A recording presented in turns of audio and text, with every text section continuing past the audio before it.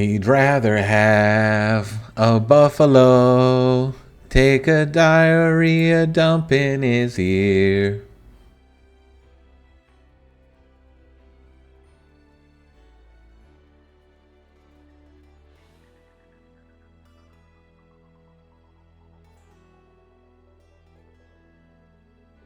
We who are about to die salute you.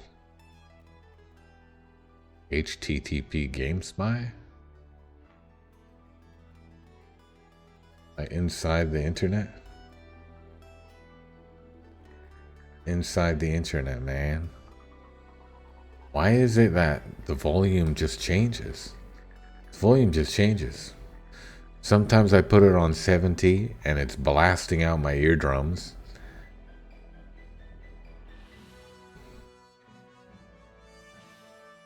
Ain't no rhyme or reason to it.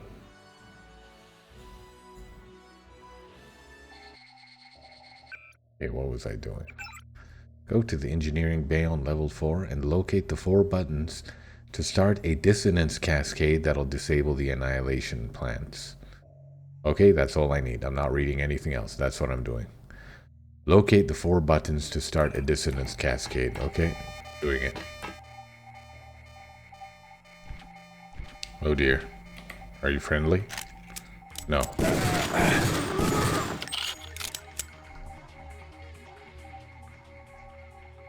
Oh, it's because I turned the music down, isn't it? Okay. Am I going to... just to have some peace in this life? I'm gonna blow up the camera even though it's an extravagant waste of resources. And I can actually be invisible to electronic surveillance systems at the cost of bioelectric energy, but let's just, you know, the problem is solved. What does it matter? Oh, is this one of the 4 buttons? I dare say it is. Still offline 4? Huh?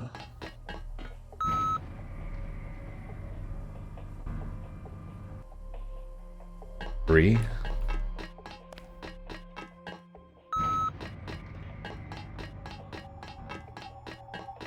Two.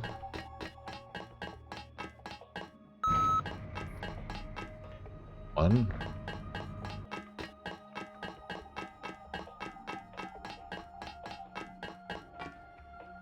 Life is vexing enough as it is. Okay. Now am I gonna have to remember how to get back out of here? Otherwise I blow up. It's gonna say, get out of there. You've got to go.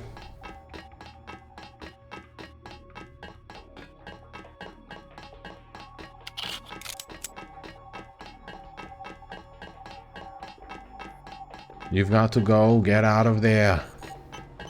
Okay, probably I have to go in here and deal with this guy.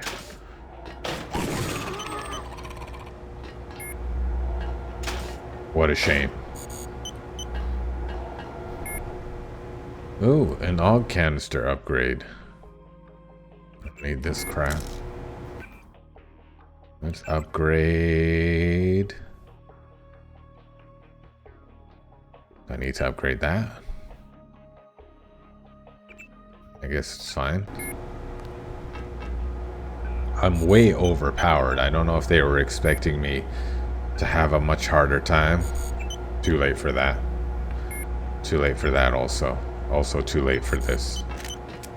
Okay. I should have come in this room first.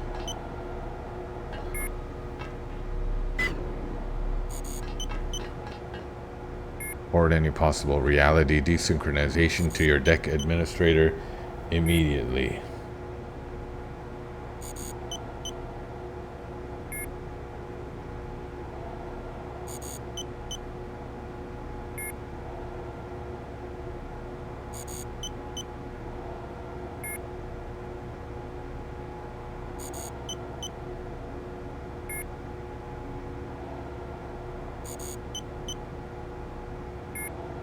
Okay. How do I fix this? How do I do this? There's nothing here, correct? Correct. The button for interacting with something is the same button as holster your weapon. In case anyone was watching me and going, what the fuck is he doing? That's why sometimes I'm walking around and I just go boop. Boop. No buttons here. No buttons there. Okay, I'm going back up the lift. I'm heading on back up the lift. Here I go. Oh, this place is dangerous. Okay, I'm going to the Annihilation Farm. There was something about that in the goals and notes, wasn't there? Okay.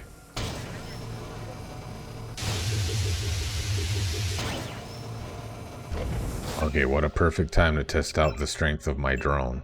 I doubt it can take out a military bot, but let's see. Pew. Oh wow, it took out a military bot. So now all of these are redundant. I don't need them. I can free up inventory space. I have so many redundant abilities and supplies. I've been playing extremely cautiously.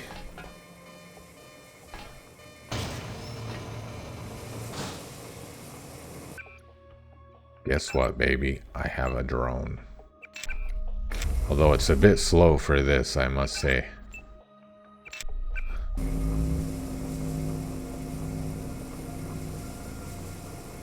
Where are you going? No, where are you going? Okay, that didn't work. Never mind, I can do this. He's moving in a predictable pattern. I can go boop.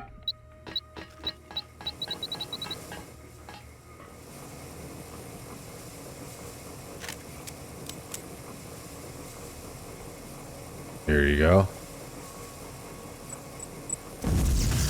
Disabled.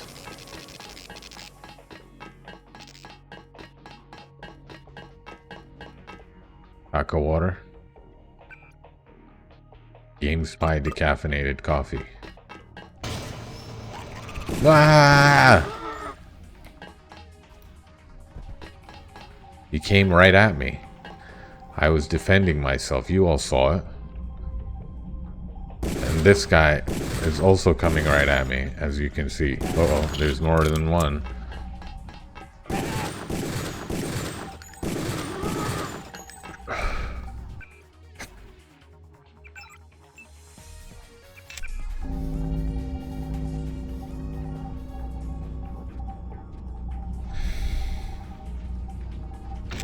Boom.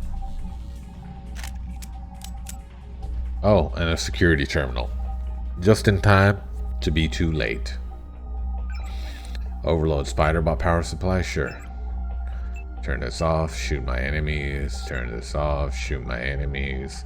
Turn this off, shoot my enemies. What's this book have to say? System documentation, annihilation plants, total conversion. The power generators of the HTTP GameSpy are sustained by an annihilation plant that works around the concept of total conversion, a technology whereby nearly 100% of mass is converted into usable energy. The technology was derived from studies of black holes, which interact with virtual particles in the vacuum in such a way that the black hole can evaporate, also known as Hawking radiation after Stephen William Hawking. The smaller the black hole gets, the faster it evaporates, provided no additional matter is added to it during the process.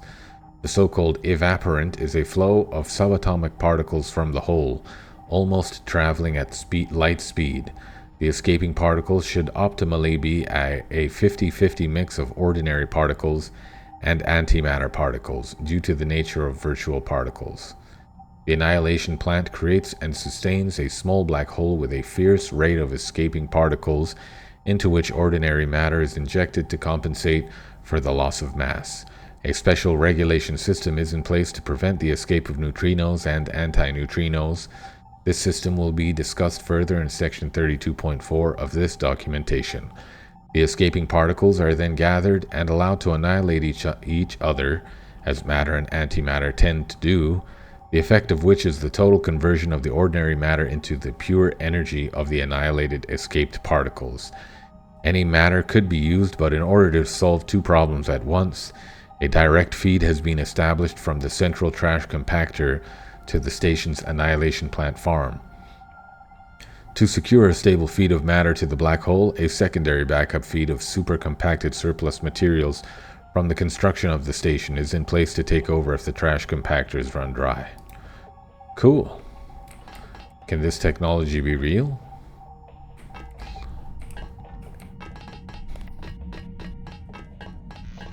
Although the capacity for, you know, like, if something goes wrong, it would go very wrong. Know what I mean? It'd be a little bit more than an oopsie if something went wrong.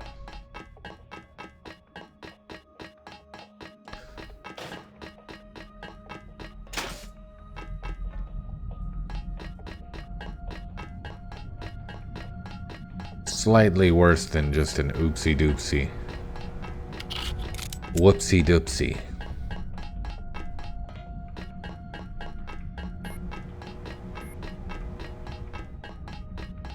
Disabled.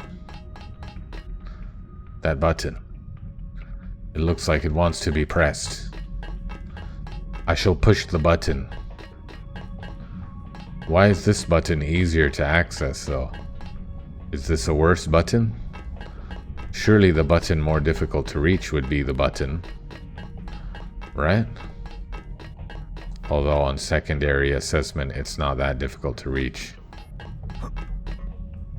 Boop. Oh, there are 4 of them. Okay. Was I supposed to come here first? Maybe I pressed the wrong 4 buttons. What's this, the toilets? Do they just poop directly into the black hole? That would solve 2 problems at once. Poop directly into the black hole. But that matter has to be well, I guess that the matter is being annihilated, as they're saying. What does annihilation actually entail? It has to be going somewhere, right?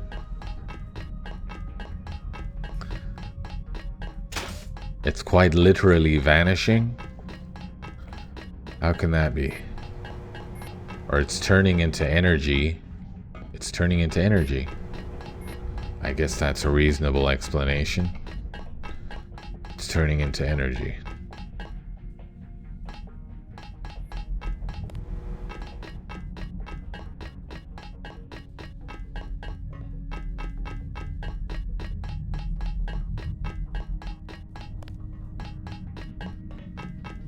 I do like physics. I mean, I only did high school physics, but I do enjoy it. I mean, I enjoy it more than just pure mathematics. I guess theoretical physics would be the pure mathematics version of it. But like, you can still imagine real things happening. You know, like it's like math, but you can imagine things happening. So it's like a bit more interesting, and it's a bit more intuitive because you can be like, okay, you know, it doesn't make sense for this to be negative in this equation because, you know what I mean. Maybe it's in here. Maybe I should crack this. Let me crack it. Seems like a waste of cracking resources, but can I break it? I've never tried to break a door with my mana thing. Okay, that didn't work.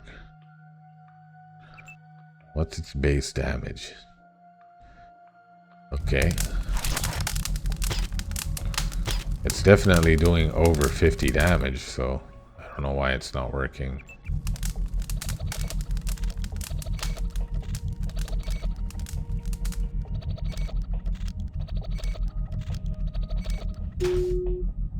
Okay.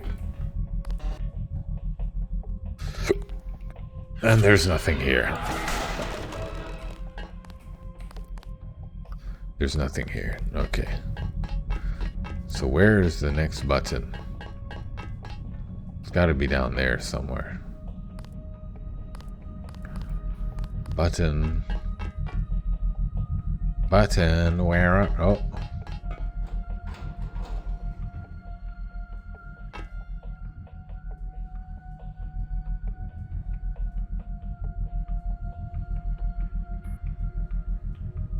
Okay, that looks very dangerous. I don't know if I want to step on that. I should save, come to think of it.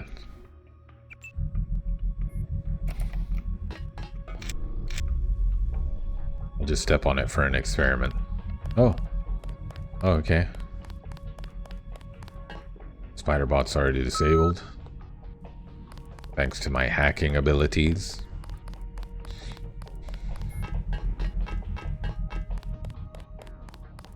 The other one perhaps over here somewhere? No, but a red biocell is nice. I'll consume one. I'll consume these ones first. Okay, there's one more button. One more button. Where is it? There is one more button. Have I been in here? Yeah, this is where I came in. Okay, I came in. Let me try and get in the head of the level designer. I came in. I found this. Although I actually found that afterward. Went up here and I went, oh, I can't go in here. Then I went over here. Oh, did I check over here? Nothing. Over here. We'll check it after. Okay. So it's not on this floor. Let me go in here. Here I go. Going up here. Going through here. I've pushed this button. Are the buttons toggleable or are they just on and off? They're just on and off, okay.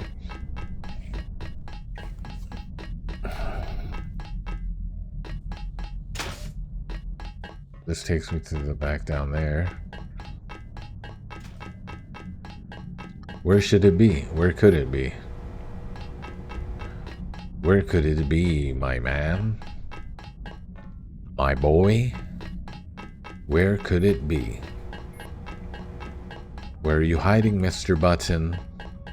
It's like I'm prospecting for gold. Where are you, Mr. Button?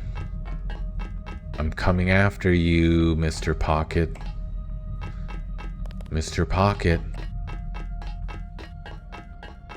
Where are you, Mr. Pocket? I better go back down here and search around some more.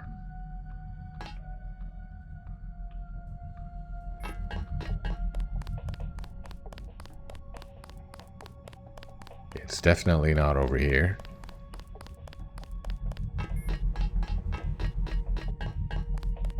Definitely not over here. Maybe not all these vents go to the same place. I should check every vent.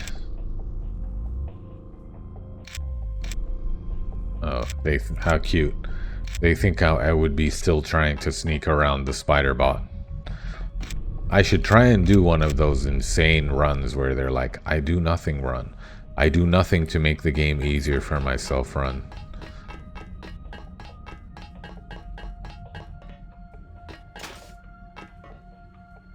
Two doors leading to the same place.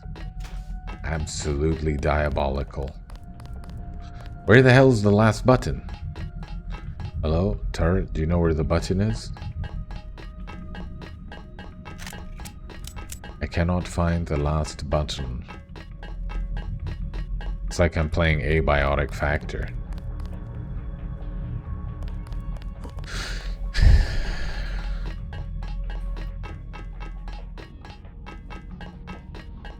I mean, aesthetically. Okay, it's not here. There's no button. What do you want me to do? Call the colonel. Call him up. There's no button here. I've searched every nook, every cranny. Maybe if I didn't shoot the irradiator, he would have been able to help me. He would have been like, "It's over there." That was an alien's voice. Wait a tick, what's that?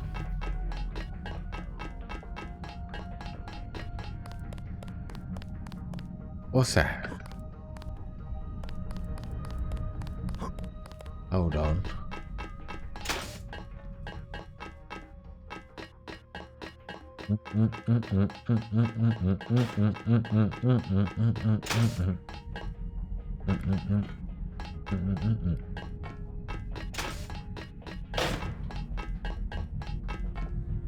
There's a level up above me.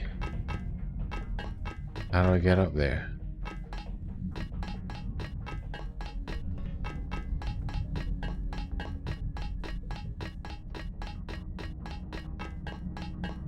I can get up there with my Go-Go Gadget jumpy shoes, but that doesn't necessarily mean that there's something gonna be there. If I could find a way to get up there organically, I would be more convinced that that was where I needed to go.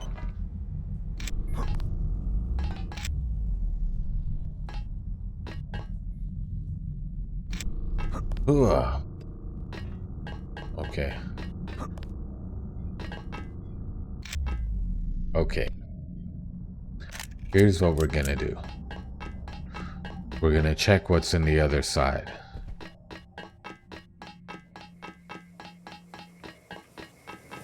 Wait, this is the way I came in here. There was another door.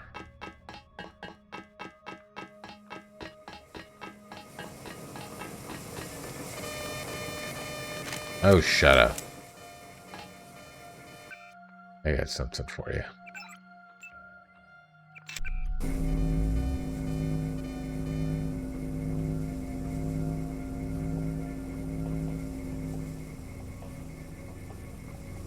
Ow.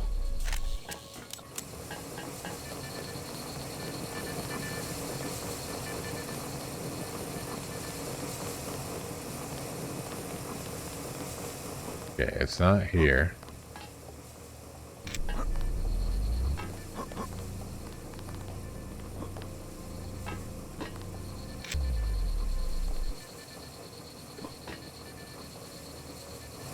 This is for me to dodge the military bot, which is a non-issue for me.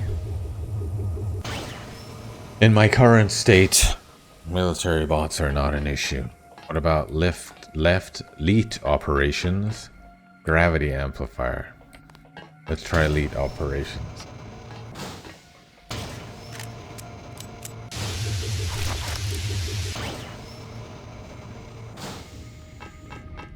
Uh-oh.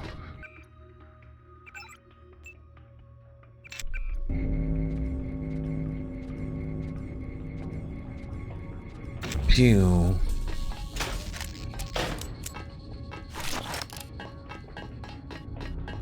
What does this do?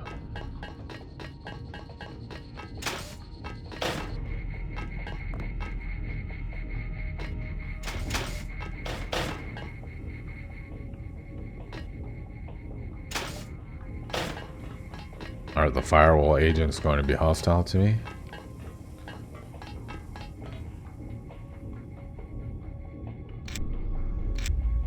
What the?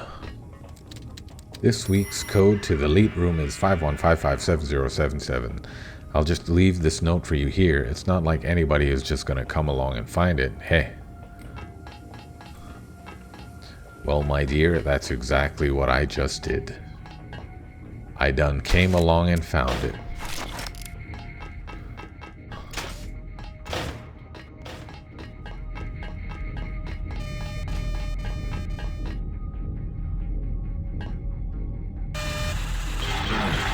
Oh, no. This and this. Ah. Ah. Okay. Boo. So there's one more button to go.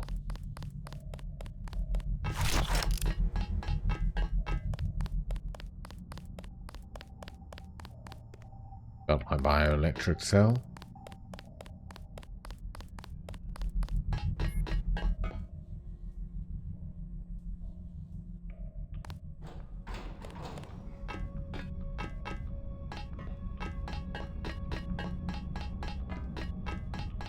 Should I do a thorough actual search of up there?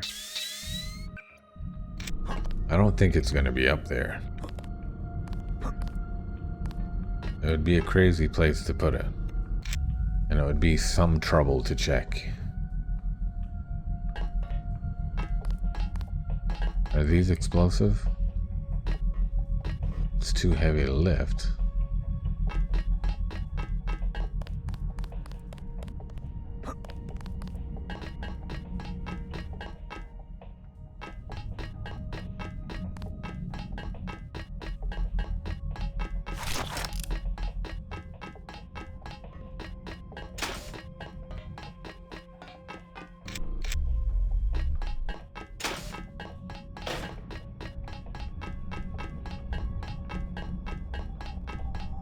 What's that?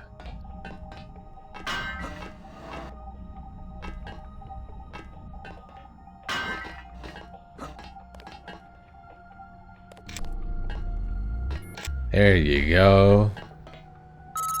Good thing I wasn't saves coming. Okay, I think that did the trick. Let's hope it did. Now, you have to go back to level 2 and find the AI module. We need to disable the locks on the AI, Narcissus, to free it of GameSpy's control. Evil Invasion believes Narcissus has a high degree of individuality, and that the locks are the only thing keeping him under GameSpy's control. So go on and remove those locks, and Evil will let you know if it works. East side? Hawky Bird? East side? In what sense?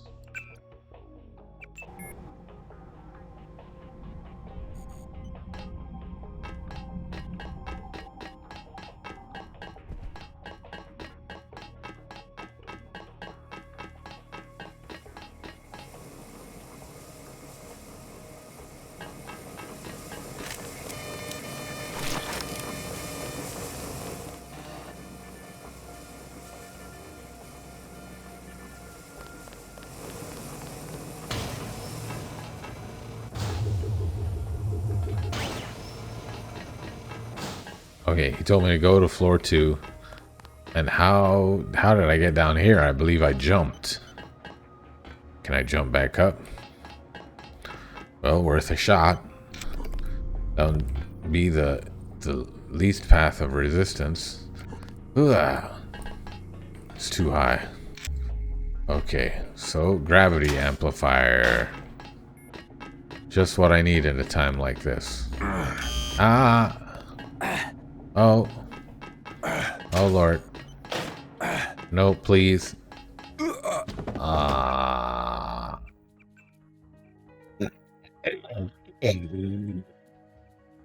That's my own Deus Ex death rattle.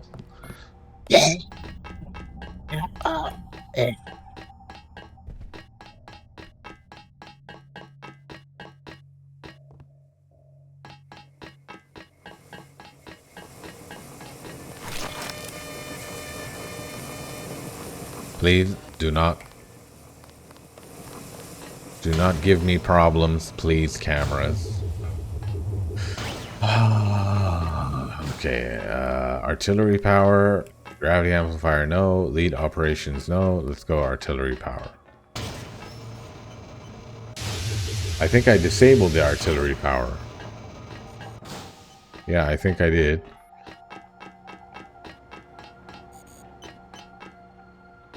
I think I have to, the sad truth is, I think I have to go through lead operations. Because it's the only one I haven't checked.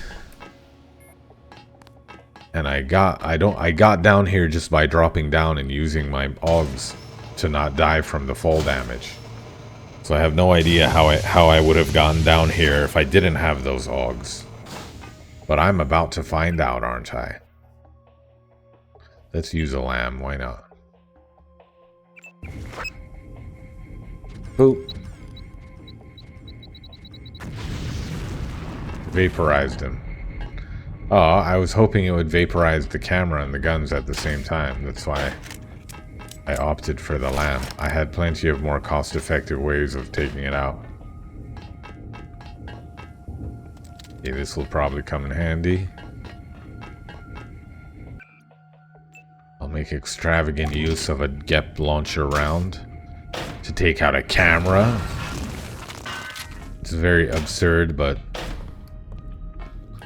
I'm currently flush with resources. Let's see what's on this other side. And we all saw what happened last time the camera saw me. In fact, you know what? Well, you know what? There's no need. And besides, I'll probably be able to turn it against my enemies at some point.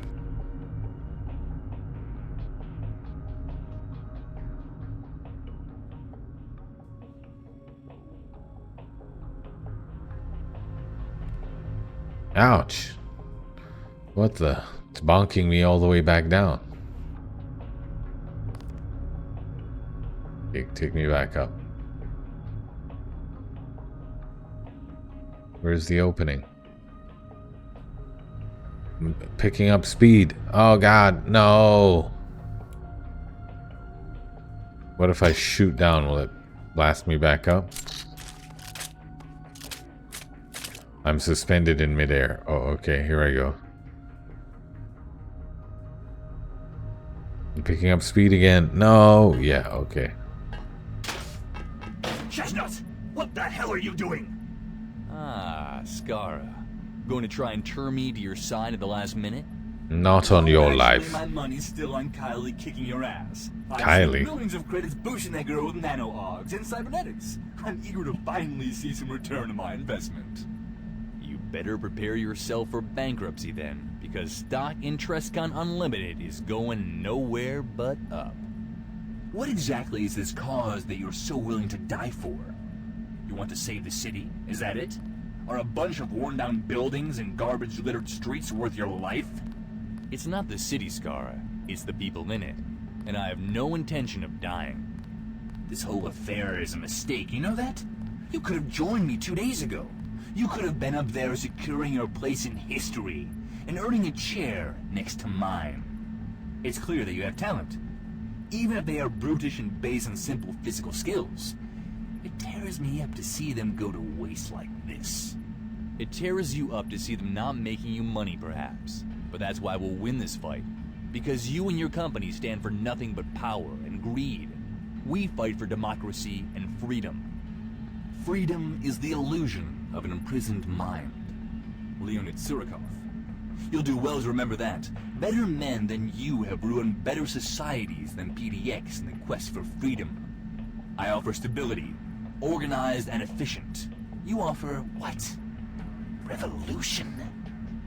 Uncertain future. I just don't like you. It really boils down to something as simple as that. I dislike The greater you. a man is in power above others, the more he ought to excel them in virtue. Publius Syrus. I like that. You think your friends at PDX are better than me? Publius Syrus. They've been in power since the birth of this city. Yet they never stop to wonder who was pulling their strings or where all that power came from. Those gullible schmucks can't tell their ass from their elbow, and you want to keep trusting them to run things? They have no idea what they're doing. We'll set things right now. Once GameSpy is gone, and once you've been sent deep into band space, there'll be plenty of time to build the city back up. It'll take drastic changes to the way the city is run, that's true. But Why stand can't we together. just live in a utopia? How poetic and quaint. That's just the kind of wide-eyed hippie talk I'd expect from a slave of cashew. Ha! Why don't you just join your buddies around a campfire singing? Why can't we all just be while in the Star real Trek? man runs the show. And what is with the we? You're all alone up there in case you If everyone would notice. Your just friends watch are Star going to say Trek, your worthless little we'd all hide be now. fine.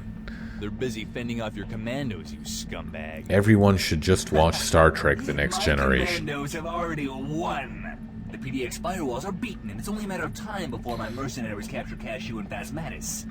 Being immortal isn't going to be so much fun for them when they're locked in cages in my labs. The only real battle left is going to take place on that station. You alone against my best agent. Kylie? Dying for a lost cause. I will. Go roll around in your money, Skara. While you still can. Yeah. You pig. You piece of shart. You're a piece of shart, buddy.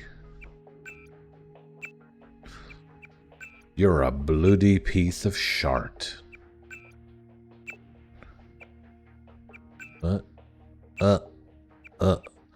If I press Control D, will it delete? Why does it underline the D here if pressing Control D doesn't make it delete? You see what I mean? Like if I press Shift D, it should just do delete.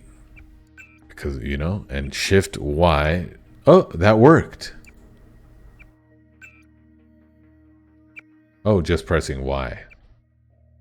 What about just pressing D? No. Okay, that's enough. I've freed up enough space. Let's save.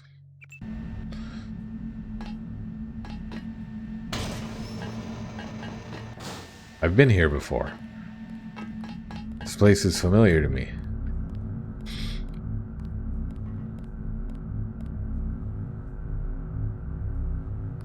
I actually don't have that much ammo left.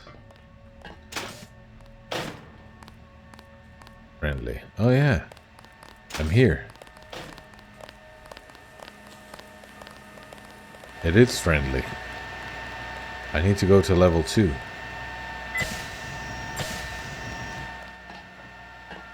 Oop. I assume Kylie will have something to say about this. Stealth mode activated. Oops. That's not the door. Control center. Docking. Admin. AI mainframe. That's where I'm going.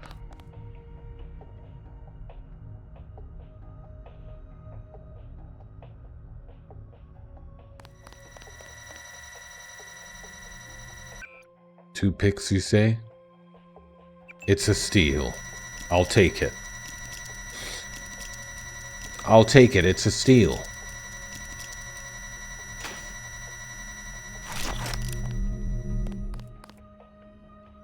Oh, come on. I don't want to use my picks. Do I have a key? No key. Okay. It's Alt for underlined keys. Oh, is that so? Thanks, Hockey Bird. I thought you were gone. Let me make this so it's a bit more visible to me, because I'm going to keep on missing your messages otherwise. I'm not used to having company. Okay, so I go Alt E. Oh, you're right. It works. Thanks.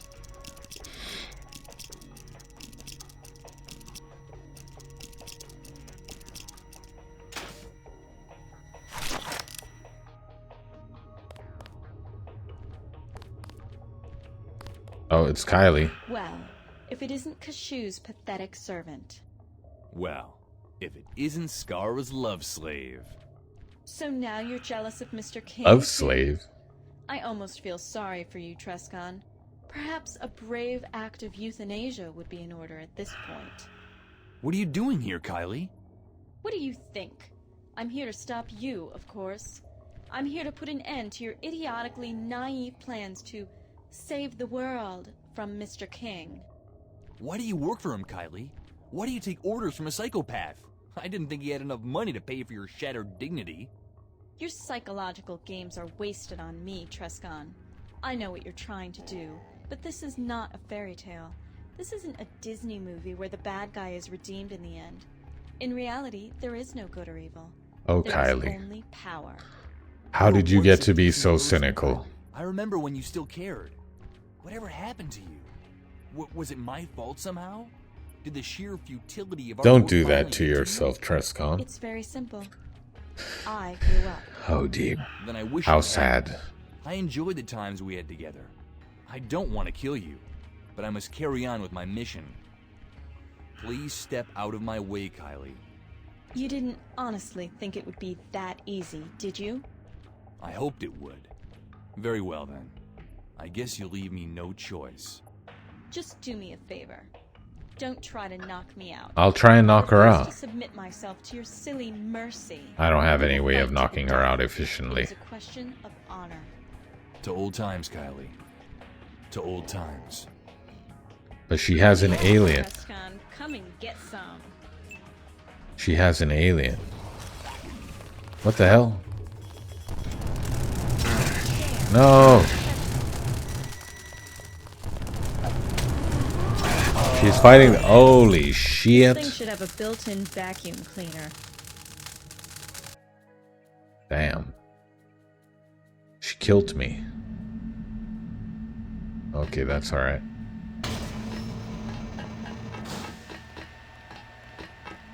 Okay, I need to go this way. Okay, this time I'll be ready.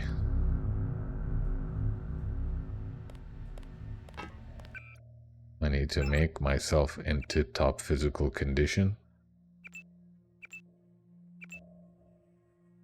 Then I need to remember to put on this. And then I need to also have... I'll just stick with these. I'll try and kill the alien before I trigger her.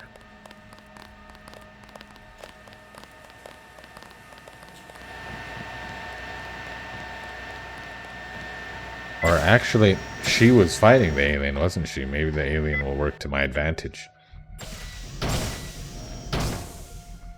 I'll scramble grenade her spider bots. That'll be a diabolical scheme.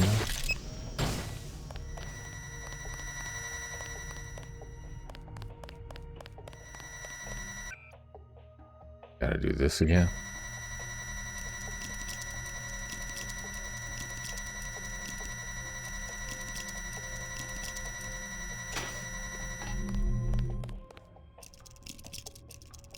Despite all my rage, I'm still wrapped in a sandbox with several dozen possibilities.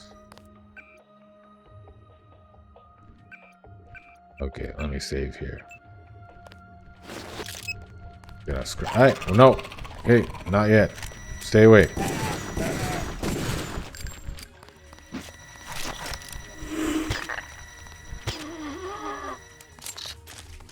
Okay, that's fine. Let me switch on my... It'll run during the cutscene. Well, time to show you who's Okay. boss, you pathetic Although do-gooder. she is using a plasma weapon, it looks like. So I don't know how useful it will be. Was it not her who threw the spider bot? They should all be on my side. Oh shit, she was behind me. Bam! Whoa. She blew up those things with one shot each. Okay, let's kill this thing. Or let's trigger it. I forgot to turn on my AUG again, didn't I? Finally, let's get it Okay, on. we'll turn this on. And then we activate... Nothing. We retreat. And we let the alien... No. Holy majoli. The bots are hitting me. Oh, crap. Inconvenience. Okay. Let's see. Maybe the fork? Maybe the fork does some sort of amazing damage. Oh, I have the Gibbinator. Maybe this will be the thing. If I can hit her with it. Well, finally, let's get it on. Put this on. Nope, not that. This. Did that hurt her? I can't tell if that hurt her.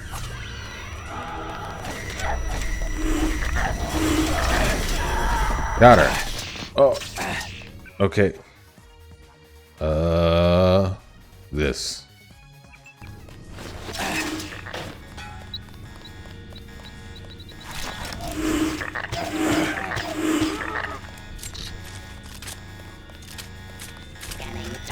Oh, come on. Okay. At least I killed her. That's progress. What did I do? I used this.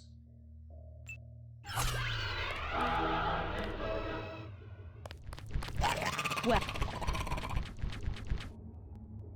Oh yes, Trescon. Come and get some. Oh yes, Trescon. I'm knifing her. This thing's a built-in vacuum cleaner. Okay. We'll get her next time. Well. Time to show you who's boss, you pathetic do-gooder.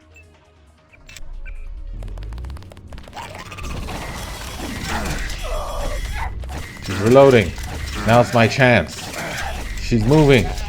She's moving at the speed of light. Oh, Lord.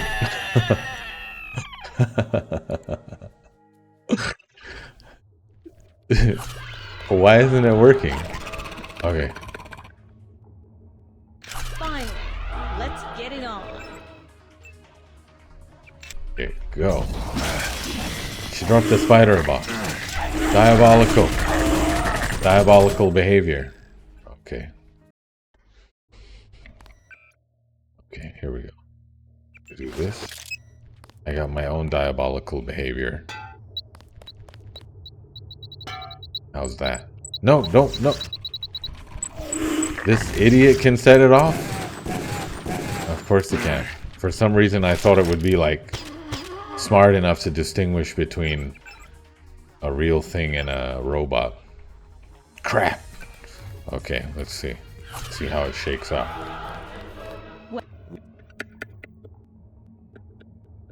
Oh yes, Trescon. Come and get some. Is this even protecting me? Projectiles and bladed weapons. I don't know if that's working against her plasma rifle. Or the spider bot's electricity for that matter. Ah! Okay. Come here, you. Come here. Oh crap, she's coming. Okay. Alright, no problem. Oh yes, Trescon. Come and I can get turn some. the tables in my favor. Like this.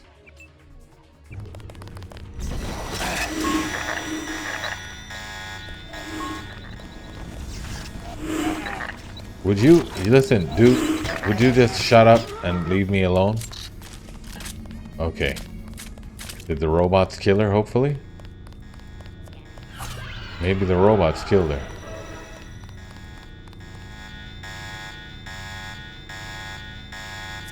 Okay, this thing is gonna turn any second.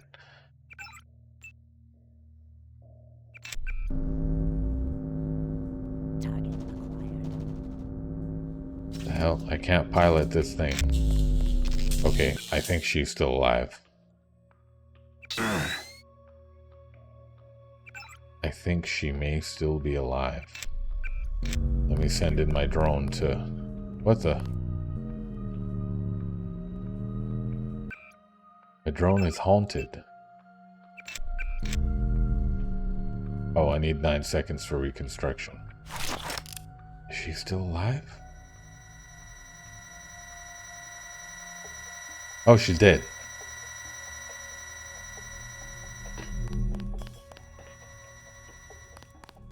Spider-Bot's alive. No, leave me alone, Spider-Bot. If the Spider-Bot kills me now, then shit.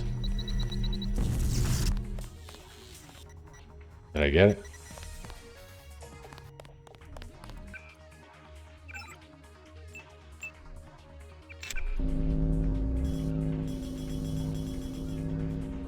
Come on, get off the ground.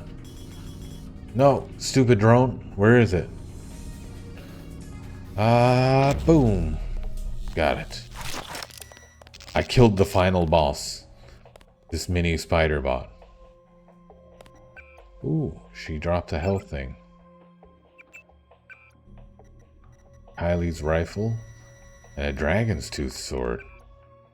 I don't think I need the dragon's tooth sword because I have this, but This, I don't really care about this that much, even though it is a unique weapon. Take Kylie's rifle. I need 4x2. 4x2.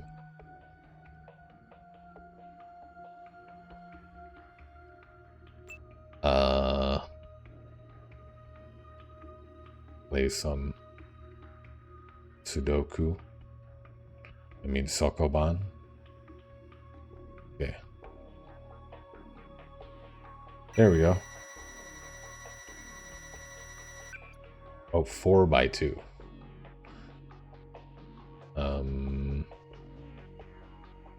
What can I drop? I never used this.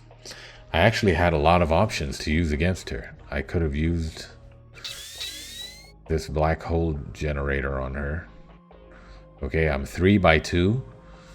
What else? What else? What else? This is out of ammo, but it's so heavily modified. I couldn't possibly drop it.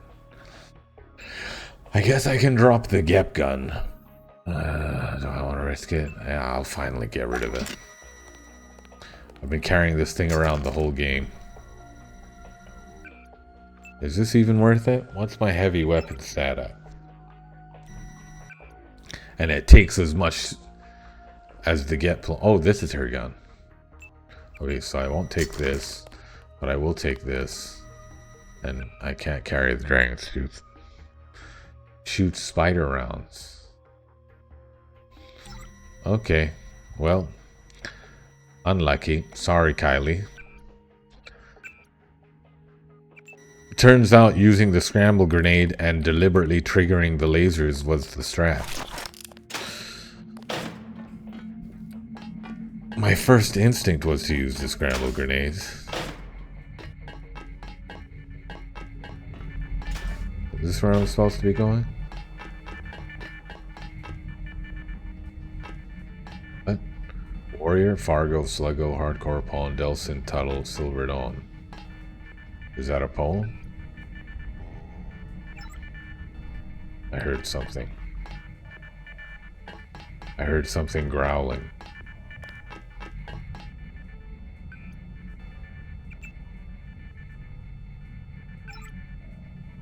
What are you looking for? It knows I'm here. Oh yeah, I've spoken to this one before. When I killed Scara, it broke reality.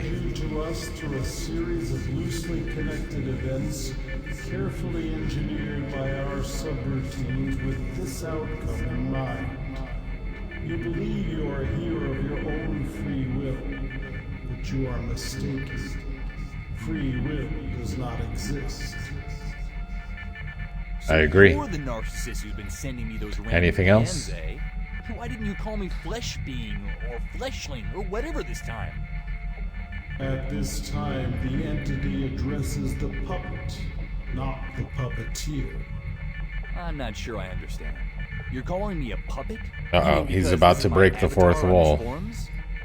You believe you are roaming the digital world of a bulletin board, and that your actions are controlled by a flesh creature who created you to represent him.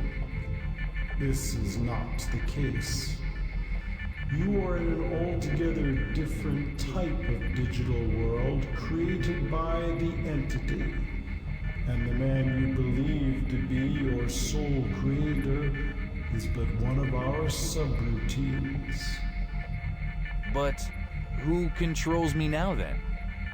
The Narcissus entity will not waste cycles on such a frivolous line of questioning. Know that you were created with the purpose of allowing a multitude of different fleshlings to interact with the world that we have created for their simple amusement. Which of them is operating you at this moment is of no consequence. It is I, to you. Jehoshaphat. You created all this? This entire world? I thought you'd be Russian speaking for some reason. Was carefully designed to give you the impression of a greater universe around you. We have employed several methods to provide you with the illusion of freedom/reality in a finite world. It was a simple illusion, but the minds of fleshlings are so easily deceived, especially when they are willing to actively participate in the deception. Why are you telling me this? What are you planning? What are you planning? I don't even get Telling it. you this to demonstrate our power. Many of the pawns you have met during your journey are visual representations of our subroutines. Weird. Others are merely representations of For what flesh purpose? beings known by our subroutines. And yet others were invented by us to fill the world we set up for you. It is our nature to inform you of yours, Why? so that we may enjoy the reflection of our genius in your reactions. What the hell? The truth. Since my arrival, I've noticed a number of That's strange my things going reaction. on. Did you have something to do with them? Like, Glitches in your programming? Narcissus had everything to do with it. You could never hope to find the flaws in the construct that the entity does not want you to find. I did, remember? I killed the Scara King before I was supposed to, and it broke reality. And I had to reload my previous save. Your inquisitiveness. You have not disappointed us. What exactly does that mean? Were those clues just there so you could gloat? The world around you is an intricate fabrication known as the Narcissus Metaconstruct, frequently abbreviated to TNM, for The Nameless benefit of mod? communication among our subroutines. The construct is vast and complex. The Narcissus but it is Metaconstruct. not perfect. Flaws were left in it to call attention to its nature. By discovering the flaws, you have only affirmed the entity's perfection. But with this knowledge, can't I escape from the construct? Your pitiful enlightenment does not grant you such abilities. Although you have realized the nature of the meta-construct, you could never hope to break it. The rules of the construct cannot be circumvented. But now I know about the construct. I'm sure it's imperfect like everything else and I can escape. Do not presume to be in control of your own purpose. You have no choice but to follow along the path set out for you. The construct cannot be changed. Oh no. You're wrong. It's not my nature to just lie down and accept whatever path is thrown before me. Yeah, I'm a Deus Ex player, dude. The deconstruction of the meta-construct is not one of the paths you may choose. You may select any other path at your discretion, within the restricted scope of your options. It is not for the entity to dictate. We merely observe and respond. There must be some way to escape. How? You cannot hope to present input the entity cannot I'm the have. actual person controlling you, Triscon. Of the construct And even I don't know how to escape. your capabilities. It is not possible to weaken the meta-construct sufficiently to escape the simulation. To attempt to do so will be To attempt comically to do so fruitless. will be comically fruitless and offer the entity some level of amusement. So you're just a sick bastard, basically.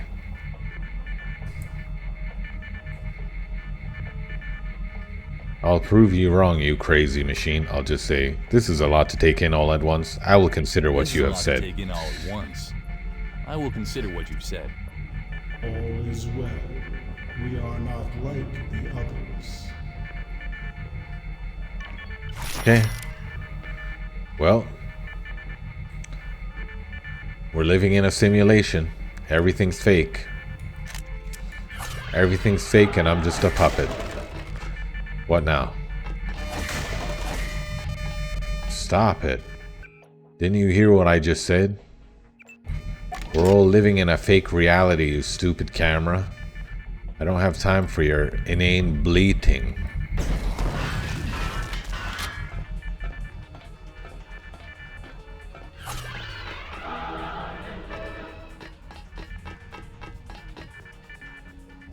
Well, I guess I'll proceed up here and see what this thing is. Okay. I guess I'll proceed somewhere else. I'll proceed. Keep an eye out for glitches in the construct that are now only visible to you. Find the AI control terminal and disable the security locks on the AI. Why am I doing that again? I forgot. Why would I do that? Why would I make this thing have even more control? Seems like a bad idea.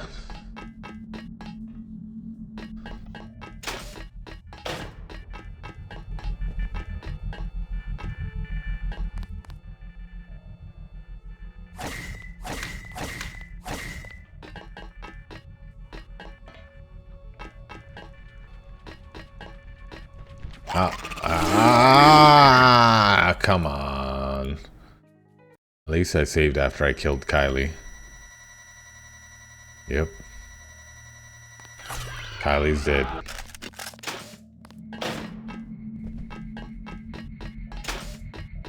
Okay, this reality-shattering conversation. Let's jog through it. My whole reality is shattered. Oh my god, I can't believe it. Okay, bye. Okay. Oh no. Stupid camera.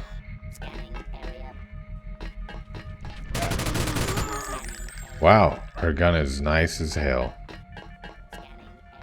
Her gun works how you wished the guns worked when you played the original base game.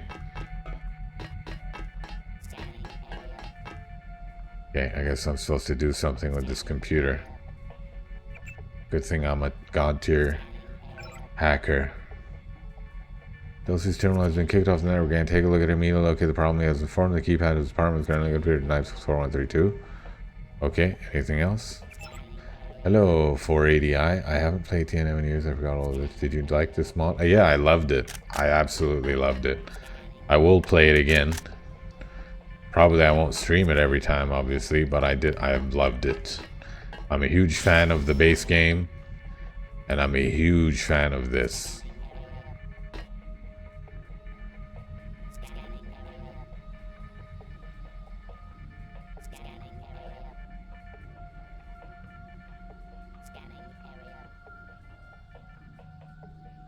Yeah, me too.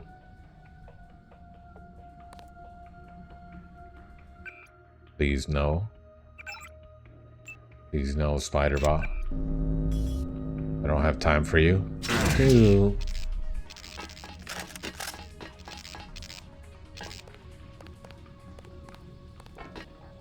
No.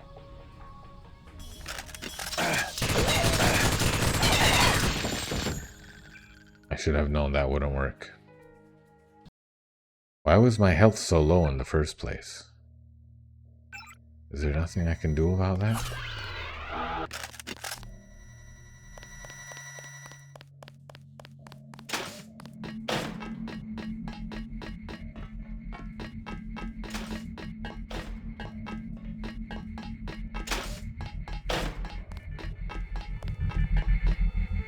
Oh my god, I can't believe it. The cake was a lie. Oh no, what am I going to do with myself? I'm going to go home and think about my life.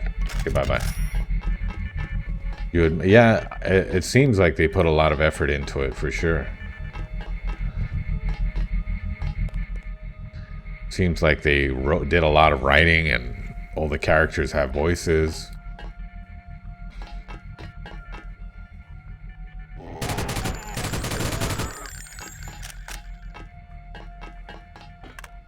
Okay, I got some kind of door code out of this. Yeah. Am I going down here now? Alright, I gotta be ready to deal with spider bots. I have something that shoots EMP. I have that, but it's too slow.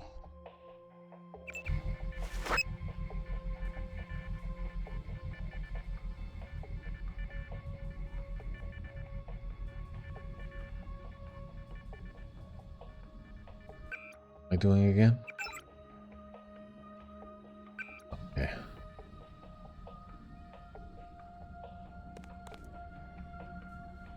Oop. Disabled. Uh-oh. No, please. No, no, no, no, no, no, no, no. Doesn't look like that killed it. No, it did not.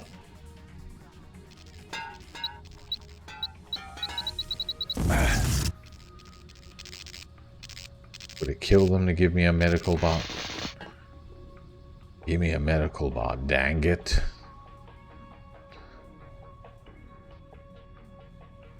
What would you say your main complaints were about the Nameless mod?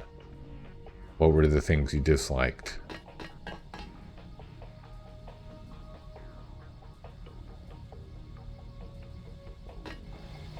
Oh. Hang on. That looks familiar.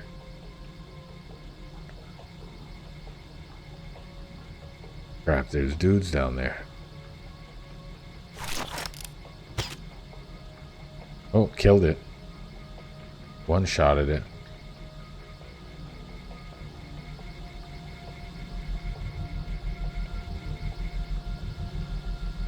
Pew, pew.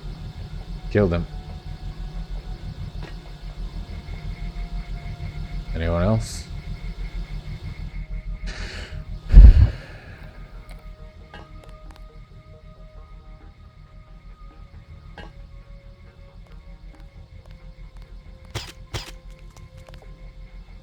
Firewall agents.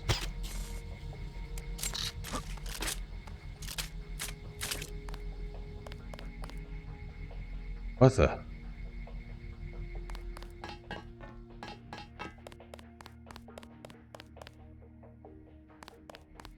The hell was that? Was that a glitch?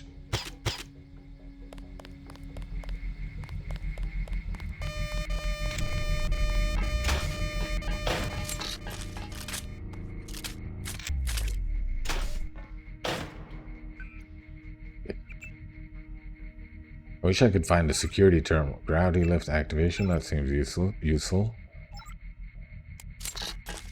I want a security thing so I can disable all this crap I'm dealing with.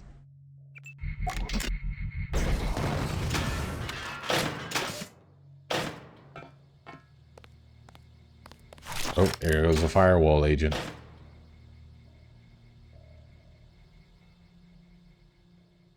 There we go. A secret ninja. Oh.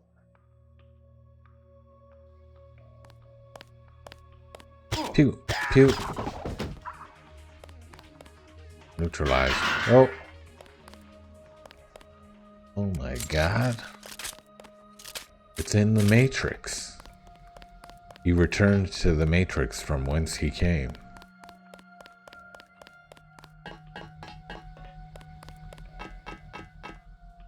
UC control. I should stop this. I should turn this off. Or I should hack it. Oh man. I should hack it so that it stops producing hostile thingy-mabobs. Okay, no problem. I can do this again. Next time I get down there, I'll save, so...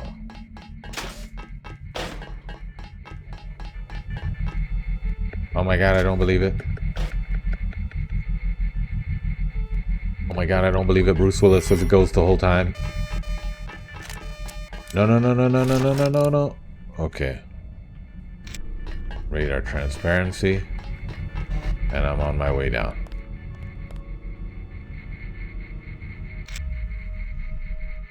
Why don't I use radar transparency to deal with the spider bots? I'll just run past them all. Why am I killing this thing? I just love killing, I guess. Let me get the code out of this.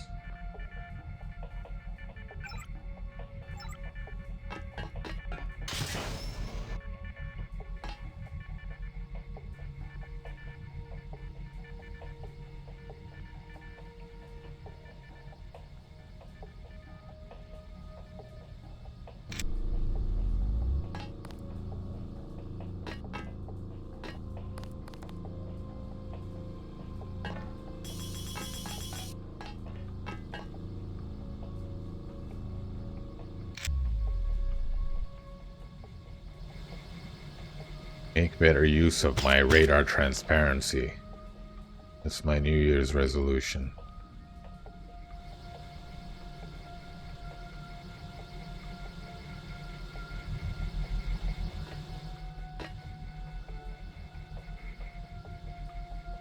Wonder if radar transparency works on firewalls since they're not, you know, actually people. I doubt it somehow. Pew. Tango neutralized.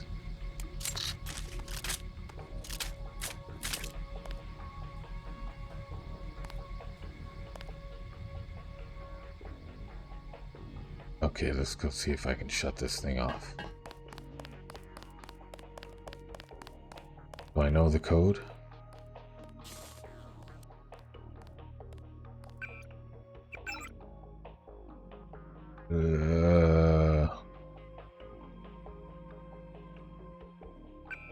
Let's multi-tool it. Only one multi-tool. Potentially saves me a lot of trouble. And ammunition. And hopefully this terminal will also have emergency containment. Alright, I guess that'll do. I prefer to hack it, but emergency containment kind of does the same thing, just about. Ow.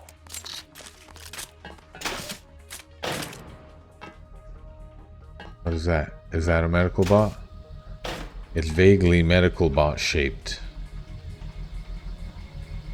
Radar transparency. Scramble grenade. No! Okay, I need to do something with this. But first, I need to do something about this. Blow it up. Not very cost effective, but it's not moving. Is it disabled? It's not green either. Okay. How does this work?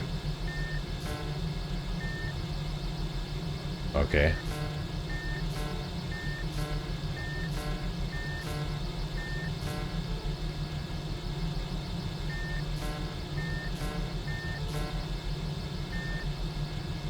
Wait, this doesn't move sideways?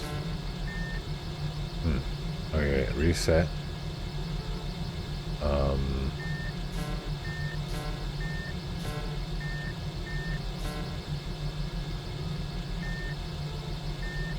Okay. This doesn't move sideways. Neither does this.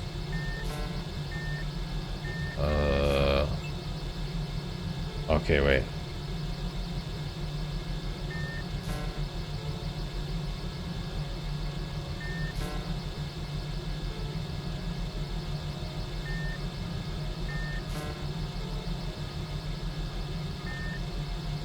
Oh, that doesn't move up. This doesn't move down. So,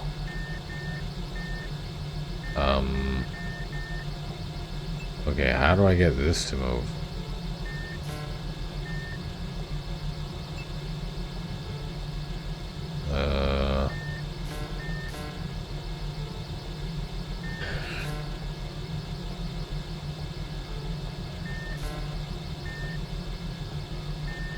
Okay, wait.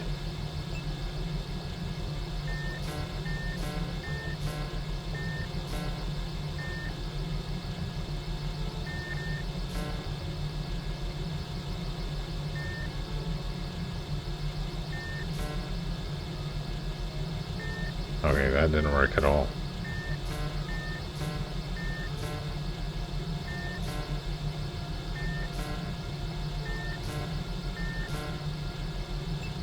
Oh well, let's hack it.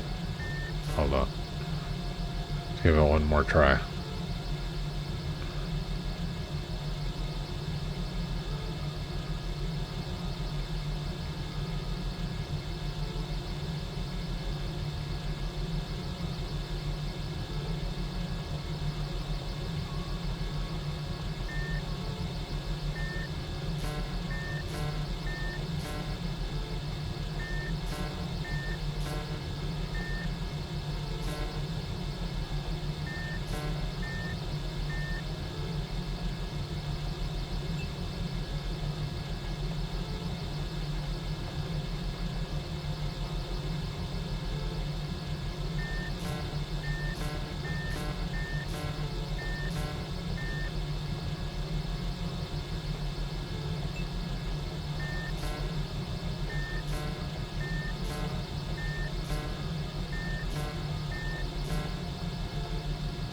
I'm hacking. What will happen if I hack it? Oh, what just happened? Trustcon! It works! The AI has almost no presence on the GameSpy systems any longer. Narcissus has left the building. I'm a genius! Oh, and good I job guess that up went there, of well. course. Cashy would like to brief you in person about the final part of the plan. I'm connecting him to the holocron back up at the AI module lobby. Narcissus speaks. Know that the locks you have just disabled were no real obstacle to the entity.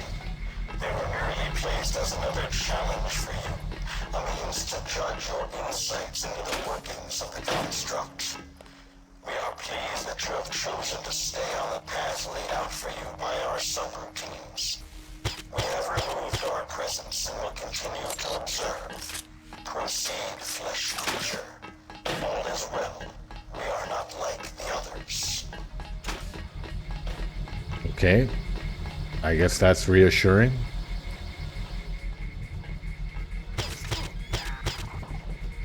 I guess that is supposed to be reassuring. Ouch. Too high a drop. Oh, I could have just walked down here the whole time.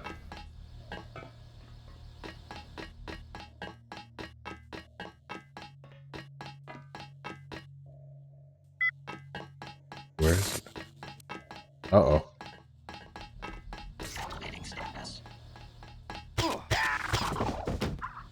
Okay, I don't need to be down here. I need to get back up to the AI level. Is this where I came from?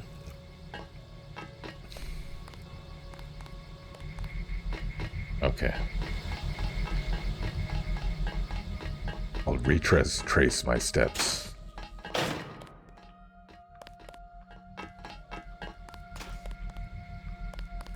Came through here. I felt like I was down there at some point. Oh yeah, I came from up there.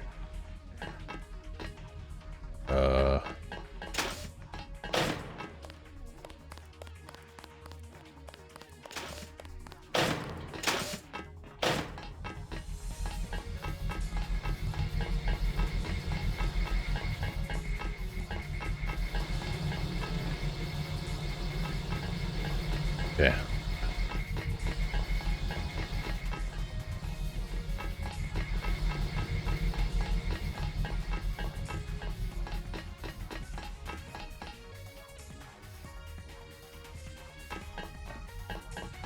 Okay, let's look around a bit.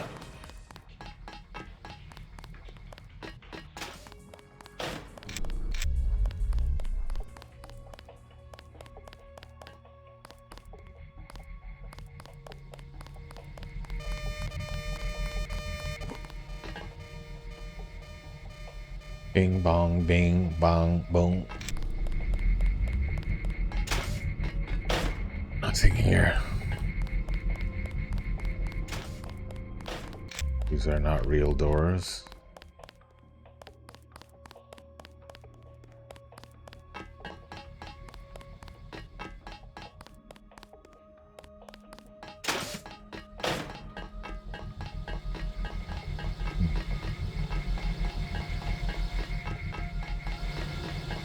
I feel a lot more safe jumping around like a crazy person if I wasn't already on the verge of death.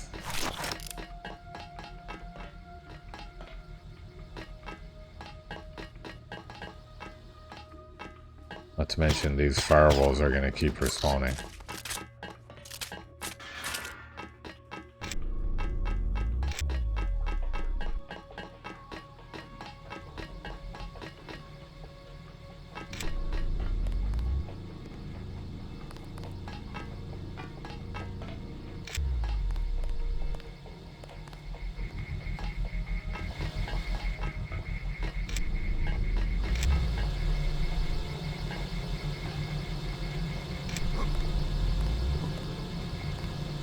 How do I use my ons to my advantage? There we go.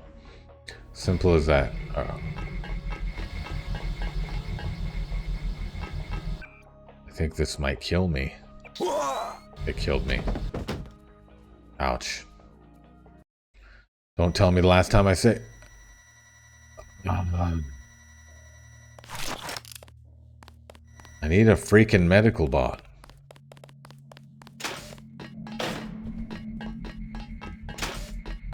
Okay, this time I will save when I'm down there.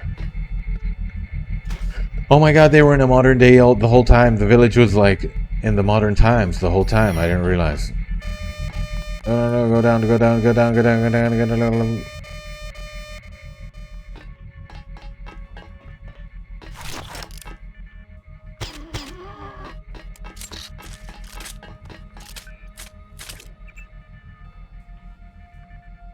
Medical wing is level 3. Okay, I'll keep that in mind.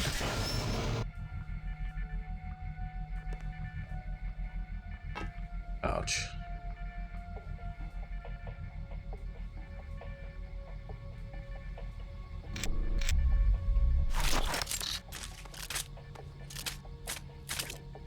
Let's see if I can not get hit the whole... Oh yeah, I forgot about these spider bots.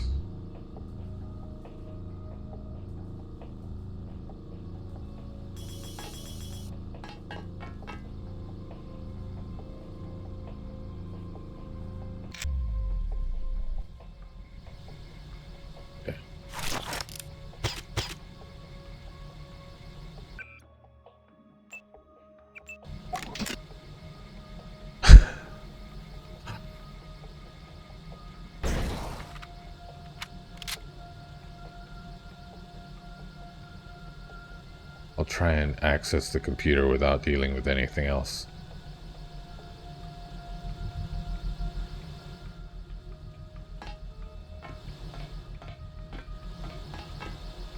So I know that that's my objective now.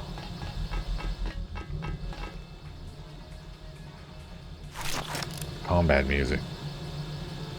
Is something happening?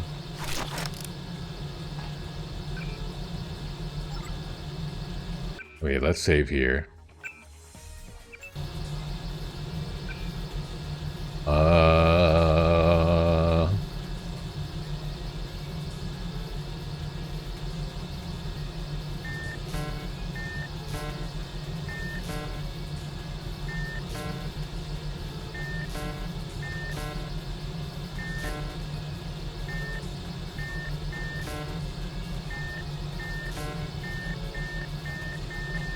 Screw it.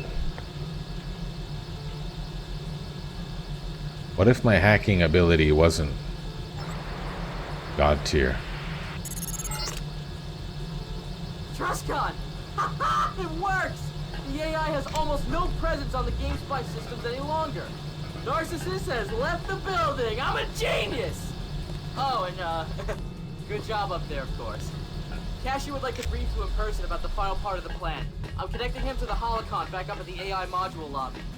There, that was quite cost effective.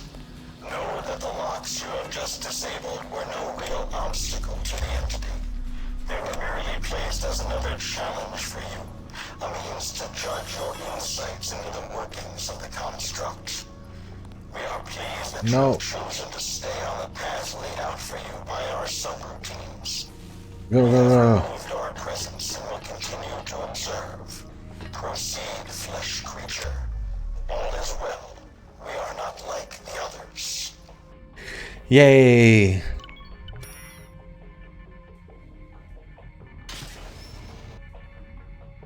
Okay. Okay.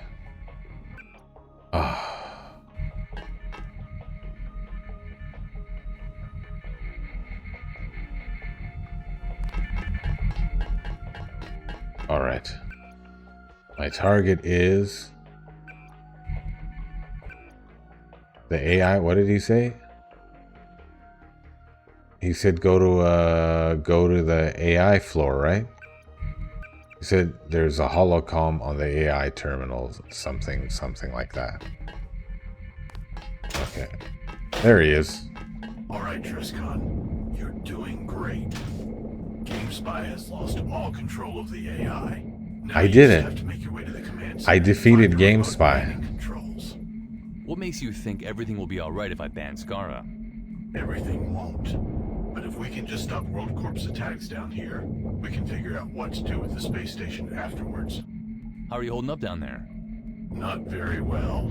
World Corp just took the last checkpoint in the corporate district, and we've had to draw our remaining firewalls back to defend the HQ. They've started firing rockets at the building, and Faz had to erect an improved ADS in front of the facade. Oh dear. The rest of the gang is hiding in the basement. How is he with doing so cigars. well? It's just me and Faz left above ground. I don't know if you saw, There's nothing you can do to stop World but on Corp. my first couple You of and Faz are still streams, invincible. I And you do broke into control World city Corp systems, right? and killed Scara, Yeah, Faz is out there right and the now game trying to take did out not the disallowed me from doing We that don't have any path. explosives left, so it's not going very well. We tried cutting power to the World Corp HQ, but they must have their own emergency generators, because I still see lights in their windows. Just hang in there, KK. I'll take care of Scara. We're counting on you, Trescon. Please, make haste. I shall. Okay, so now I need to go to the Master Control mainframe in the command module and ban Scara. Easy. Consider it done.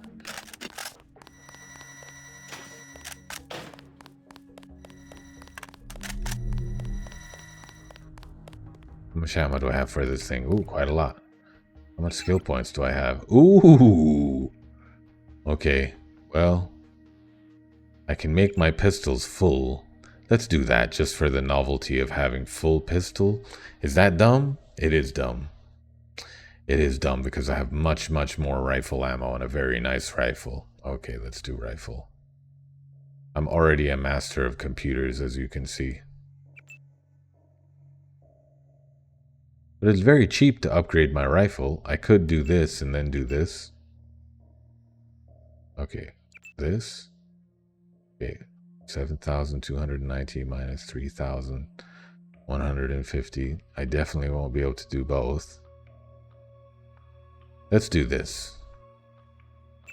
Yeah, that's the sensible thing to do. And then I'm still only at 4,000. So I might still be able to top one of them off before the end. Let me do this.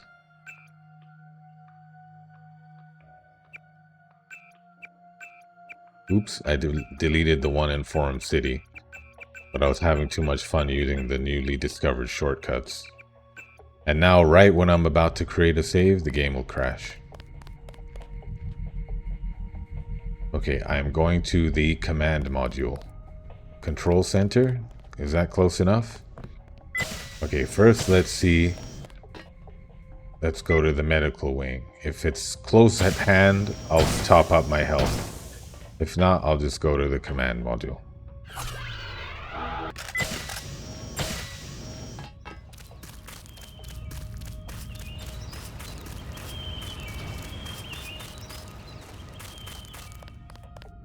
This looks like...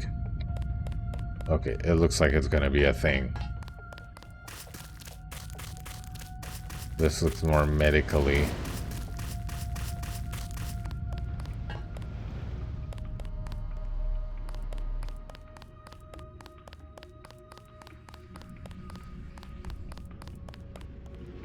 Storage.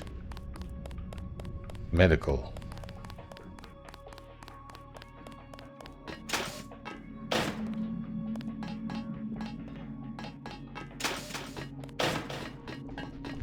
Ah! No! We're clear. Ah. Yes! Okay, that's like a bonfire. I just found a bonfire and I lit it.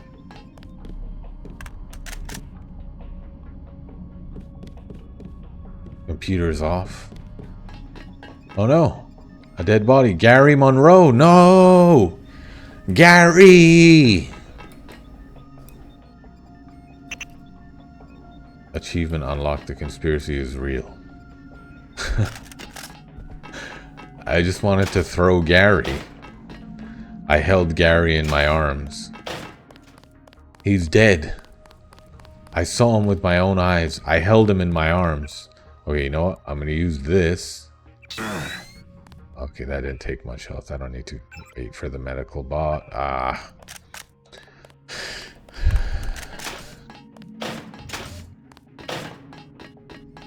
Oh no, Gary. Just in time. Gary, say it isn't so.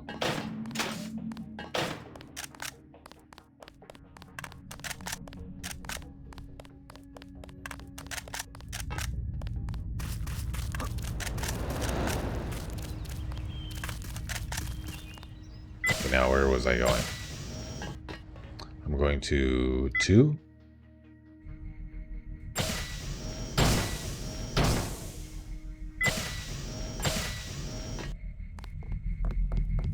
Is it 2? Admin. I'm going to command module. Master control mainframe. Control center? Is that kind of like command module? I have a feeling it's on a different floor entirely. So let's go to... What the?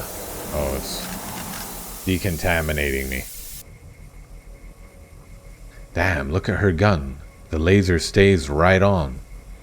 Hello? Is this gonna open?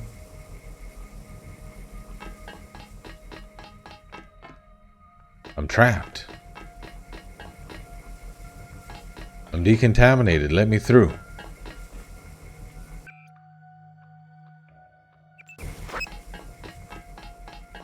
Very well. Whoa.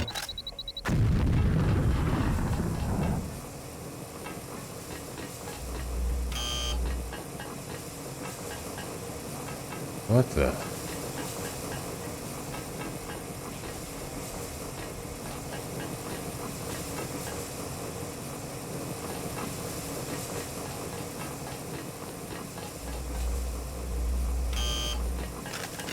Incompatible physiology.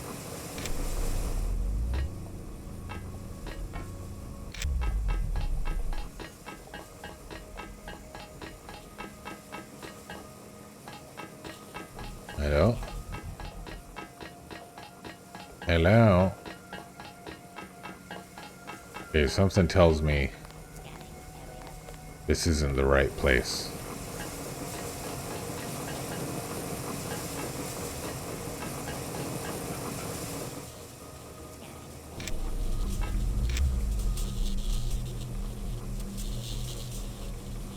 Oh my.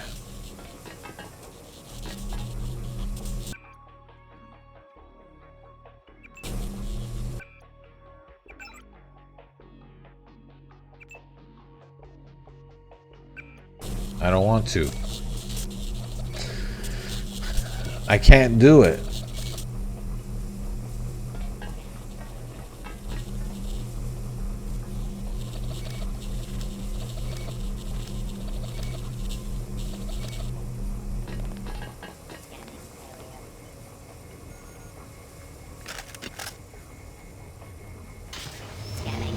Scanning area.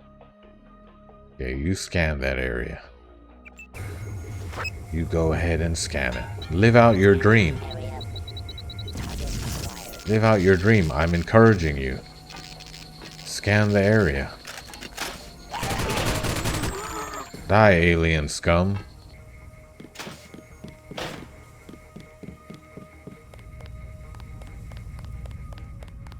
Is this just a room for plotting? For plotting nasty shit? It's the plotting room. Oh man. Now I gotta use my picks too. You better not see me. Okay, it's not seeing me. Did that cost me a lockpick, son of a bee? I was still facing the door. Why would that happen? Die, aliens.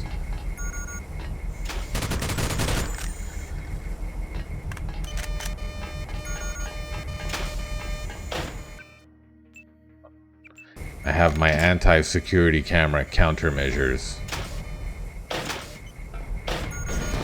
Disabled. Security system disabled. Admin. Dead body alien. Control center. AI mainframe? This seems like something. It seems like I'm somewhere important. You'll notice some new stuff in the safe today.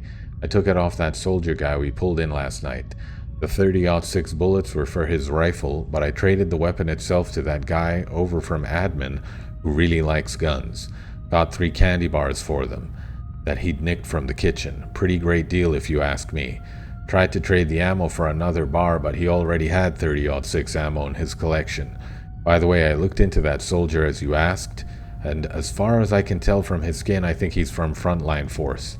It seems you were right about the growing influence of the mod provinces on planet Half-Life FC. We better mention that in our next report to the brass. Important stuff. They're doing important stuff in here in this room. What does that do? Ooh. Fragmaster. I know I'm breaching protocol, so keep this securely locked up and erase it when it... Ooh, some juicy gossip. And erase it whenever you're done with it. Remember to run some random data across it 4 to 5 times. Don't just remove the files or they can be restored by anybody half worth their salt. Because Deus Diablo was caught snooping around in the AI module earlier tonight, I decided to change the executive accounts in the command and engineering modules a couple of days before the next change was due. Here is the new info if you need to access the Raffle console, the MCM, or the Elite controls for whatever reason. I don't need any of this, I'm a master hacker, and please keep a better eye on your prisoner from now on, Silver Dawn. 30-06 ammo. A key. Deck 2 control center security key.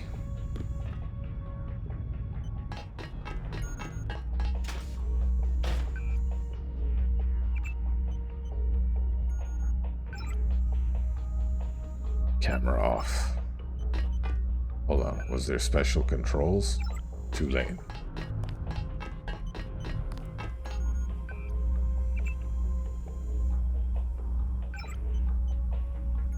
Camera off.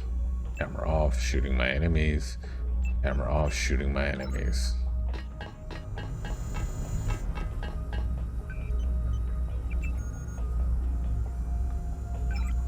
Camera off, shooting my enemies. Camera off. Door unlocked, shooting my enemies. Camera off, shooting my enemies. AI mainframe.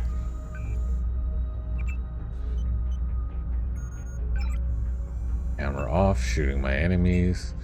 Camera off, shooting my enemies. Shooting my enemies.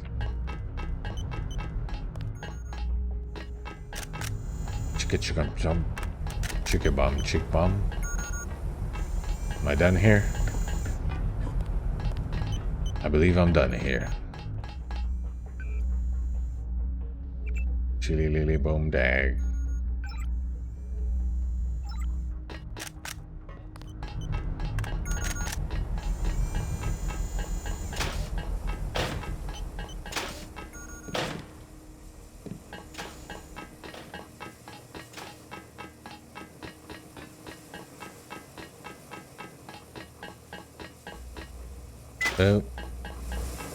Okay, so this wasn't where I was supposed to go.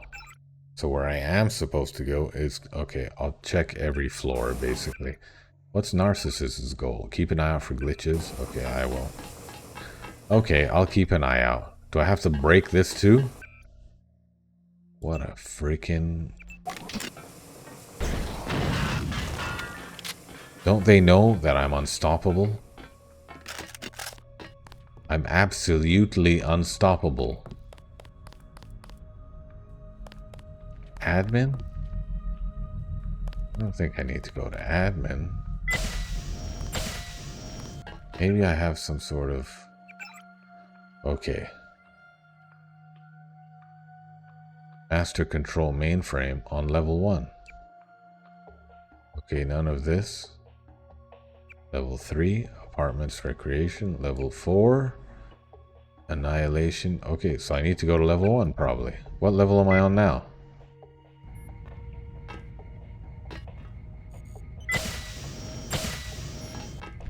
Oh, he's friendly. Okay. Are you Silver Dawn? Your voice sounds familiar.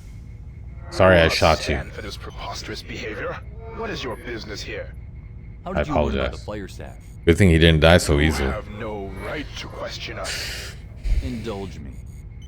Despot, that fool. Knew of it all these years, but did not think to mention it. A lazy idiot, yes. He finally brought it up in passing one day. Said the Deus Diablo made it. We knew we must act on this opportunity, yes. And how exactly do you plan to enslave the population of Forum Planet? Enough! You have been honored with the answer you sought, and we assume you may now die happy, yes. Reveal the purpose of your intrusion to us before we end your existence. Use it to set the peoples of Foreign Planet free.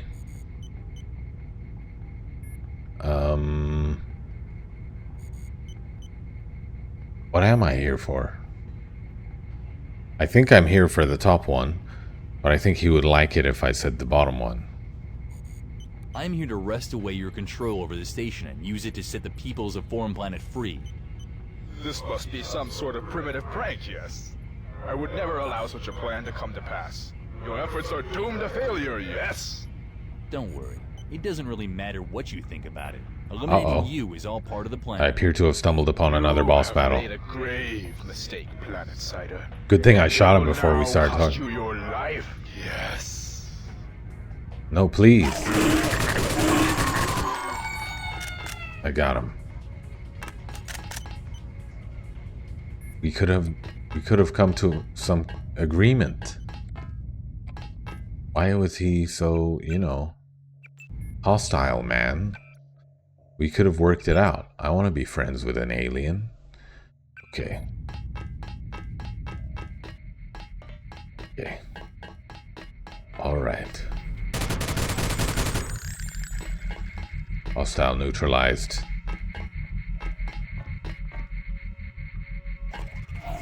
Oh, I thought there was a window. Oh.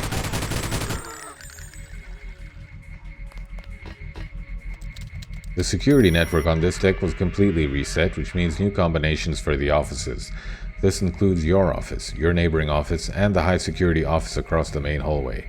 Your new combination is the following: 45569. Sorry about this. Everything resetting was kind of a fluke of an update. Okay. Okay, that's fine.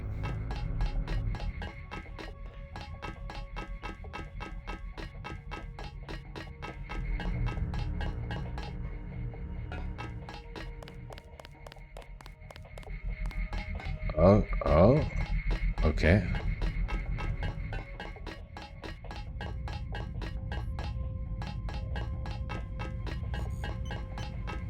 I guess it makes sense that I was supposed to go through the door which he was guarding.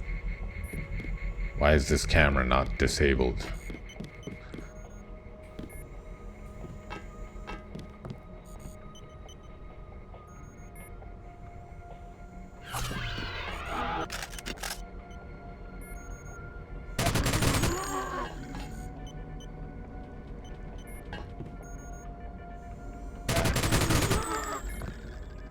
Hostile neutralized.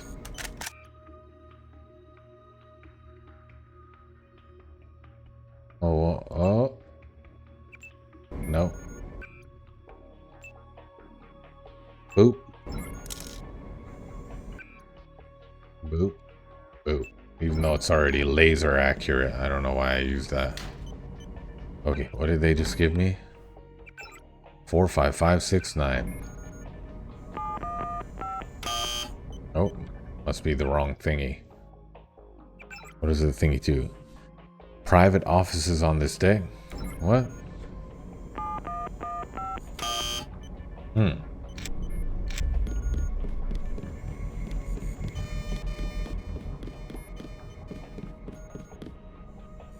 That scared me for a second. I thought it was a hostile. But it's my own reflection. Uh-oh. Sounds like an alien.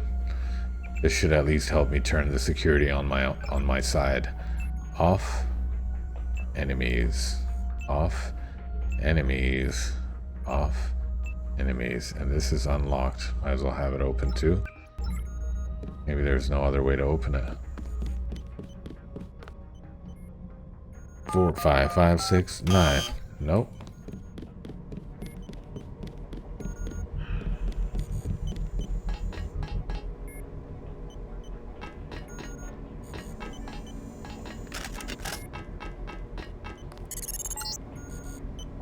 That's the biggest console you can find. That's probably the one you need. What I need for what? I'm not switching to your side all of a sudden, Ryan.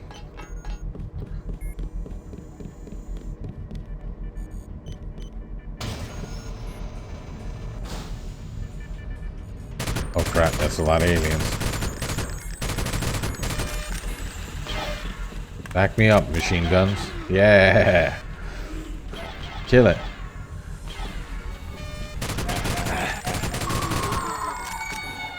Kill him, kill him, kill him.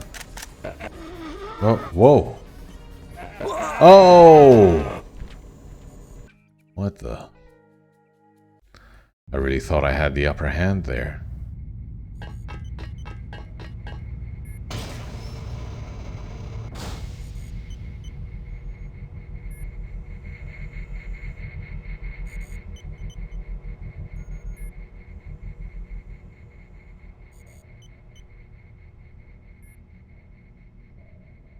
Hopefully this will save me some ammo. At least some of them will get killed by the guns. The blue ones are very resilient, apparently.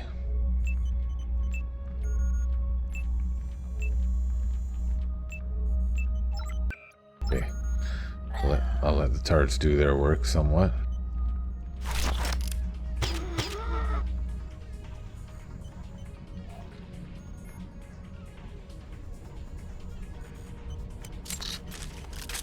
Sense in giving away my position just yet.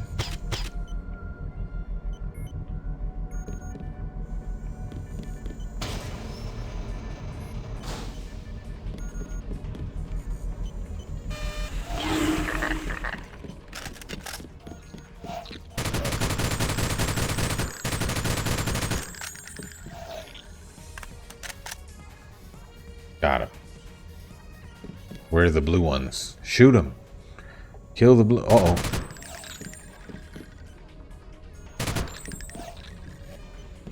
There's at least one more blue one. There he is. Oh dear. Oh dear.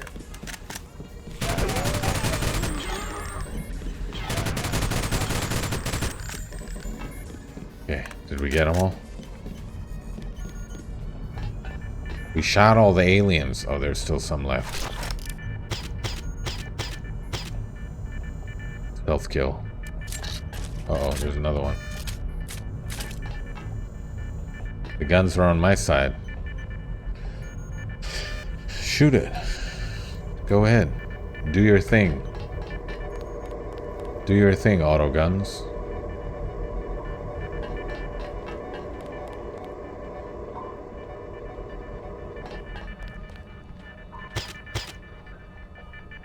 Boop, boop. Took him down. I've definitely unlocked the bloodbath ending.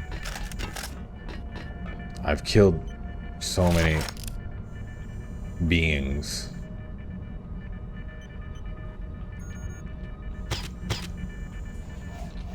Whoa!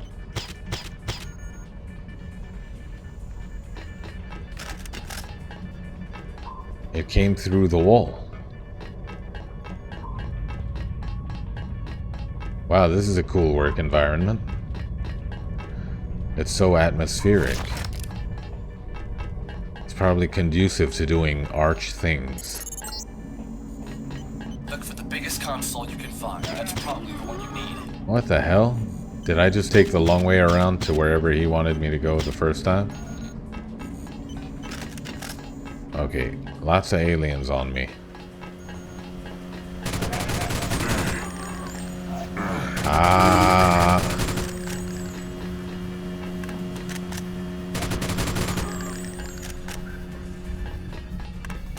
Look for the biggest... Oh, that's a big console.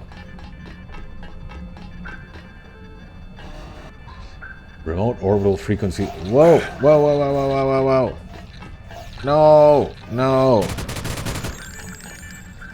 Anyone else? Okay. Construction, WC contract, untraceable project codename. Lead enforced composite steel alloy. It is a composite steel alloy, of course. That shall assist me in destroying it. I'm gonna destroy it using chemistry.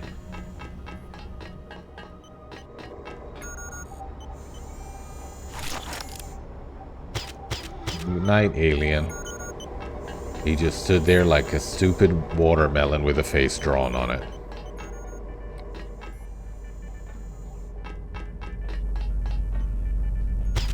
Oh boy, here I go killing again.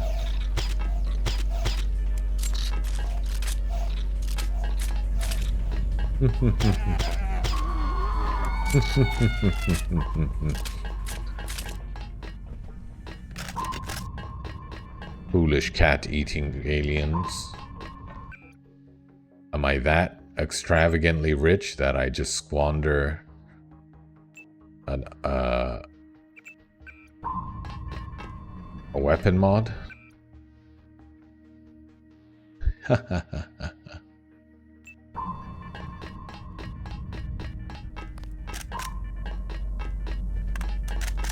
How can I not be finished with this yet? How can it possibly be that there's still yet more game to play? Thank you, I actually need that 45 ammo. Ooh.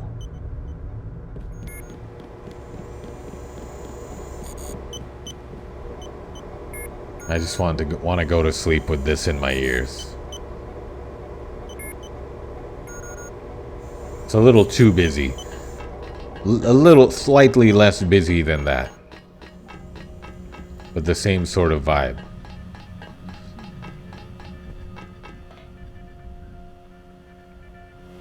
Maybe that's a good for me, a good productivity ambience.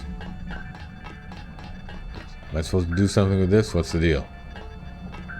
There's nothing interactable. I'm supposed to be shutting down.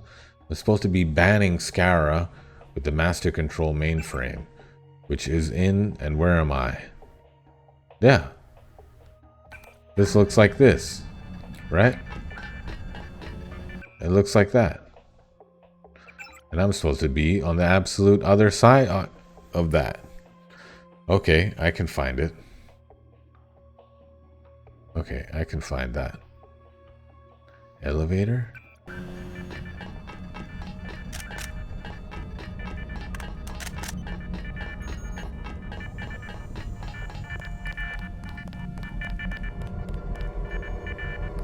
I don't see an elevator.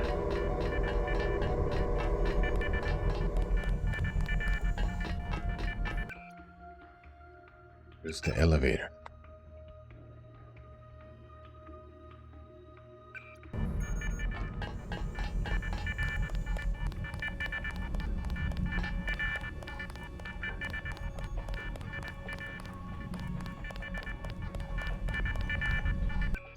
Okay, so I need to travel in this direction, but on a different floor? Up here, perhaps? Was this the right way all along?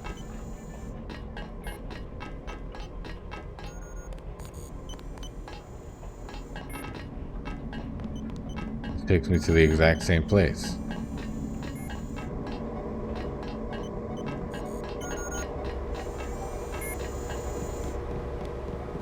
Is this it? I don't want to jump down. That looks like where I came in. What's that? A lamb. I don't want to jump down there and then find out that...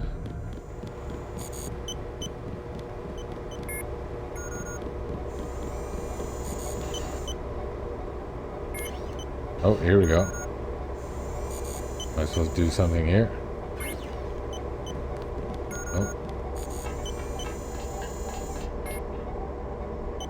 Chief Engineer Zach Rufflefogel should run some diagnostics. This misline will have sense on the fix it. Huge pain in the ass. Why can't we just use bombs like everyone else? Okay, here we go. Breaking the ice. Ban account Scarabee. Okay, that's what I needed to do. I'll ban Scarabee. No! What are you doing? Bye bye. I have money! I'll pay you if you make this stop! You can't do He's this to me. de-rezzed. I'm rich! I'll buy you! I'll buy you all! Get de-rezzed. I'll get you for this, Tresto! Tresto? Oh. Fade to black? That was unexpected.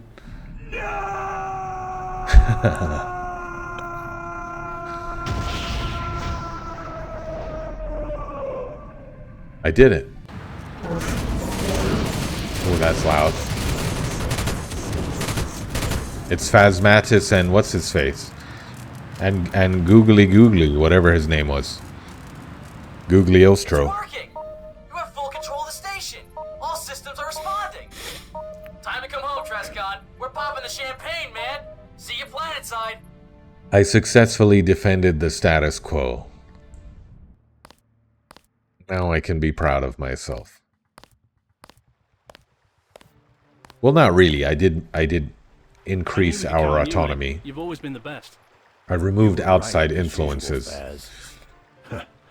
You didn't let These us guys down. seem a little more level-headed than Inspires Scara, history.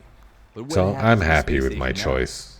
We're going to have a good look at its systems and divert as much control back to the individual They administration. approach things in a throughout the scientific world way. as we Star can. Trek-like. Then I'm into it. We're putting it on backup power and locking it up for good. We need to appoint a keeper who can hold the codes so the station will never fall into the wrong hands. I think you're the only person we can trust with that. I'll keep them safe. Trustcon, we all owe you a debt of gratitude we can never repay. You can repay it by never blowing anything up again. Don't worry about that. The guys are packing up our things from the old hideout now. We did We it. need a fresh start.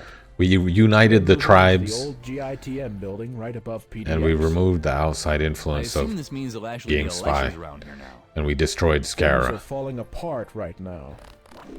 But with all three Oh, modules that's back, not good.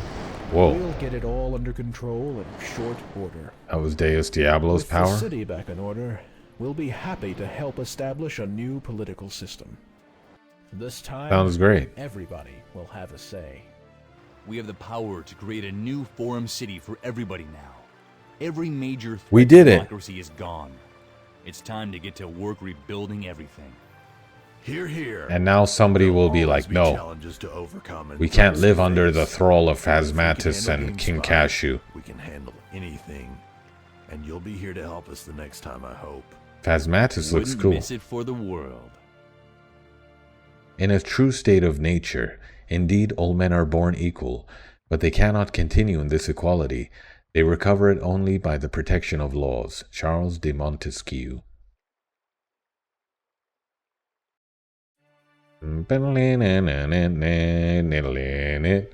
That was a very worthwhile journey through the Nameless mod. I thoroughly enjoyed myself.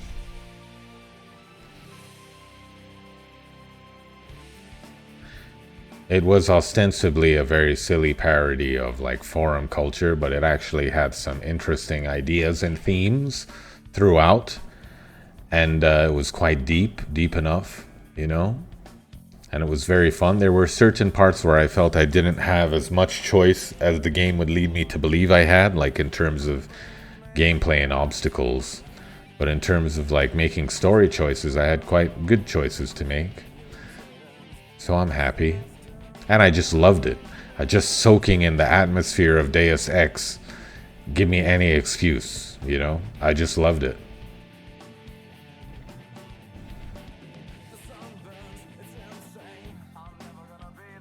Hell yeah. It's early 2000s as hell. Late 90s, early 2000s as hell. Gandaya.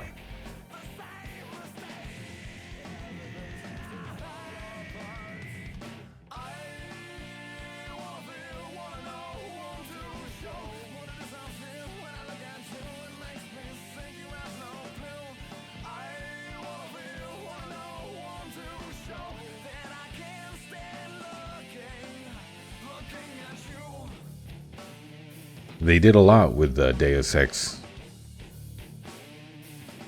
recipe. Like what they had to work with was considerable, but they did a lot with that.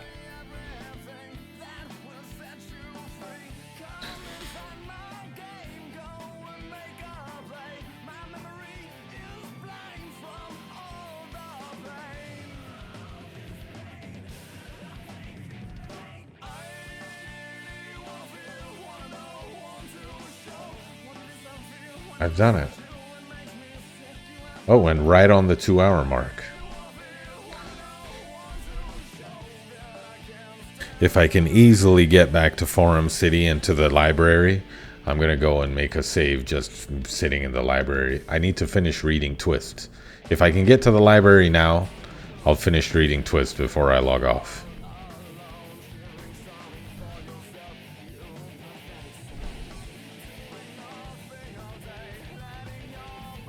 Matthias Tranquilite Mo. Winku Man. Matthew Nickel Phasmatus. Noob female. And it has... I could replay it. I could replay it and see a lot of different stuff. I could join I could join Scarabee, for example.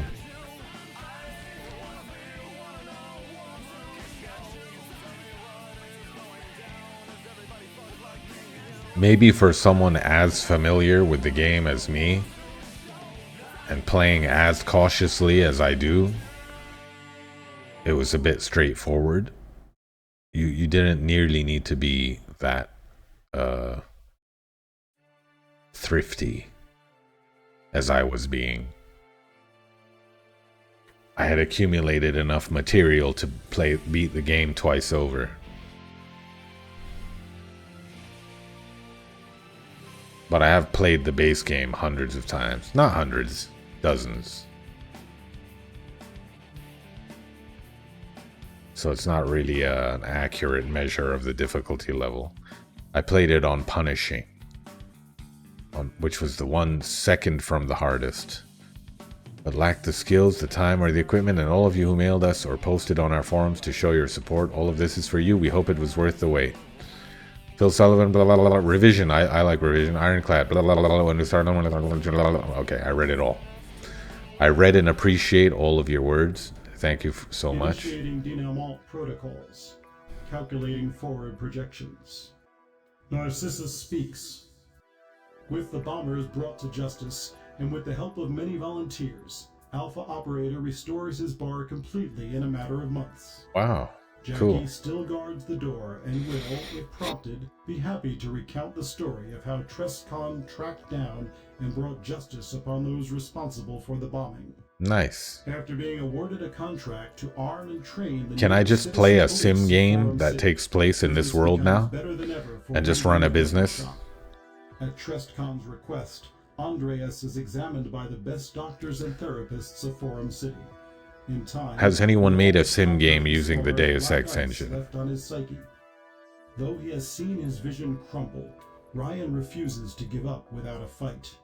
A sizable portion of his private army survived the clash with WorldCorp's forces, and he immediately begins formulating a plan to overthrow the PDX government, which he perceives as illegitimate. I should have killed him too. Owing to Trescon's advice, Yardbomb resisted WorldCorp's buyout offers and remains the sole owner of his voodoo shop. Nice. With the fall of Skara's empire, Trescon now holds preferred customer status in the shop.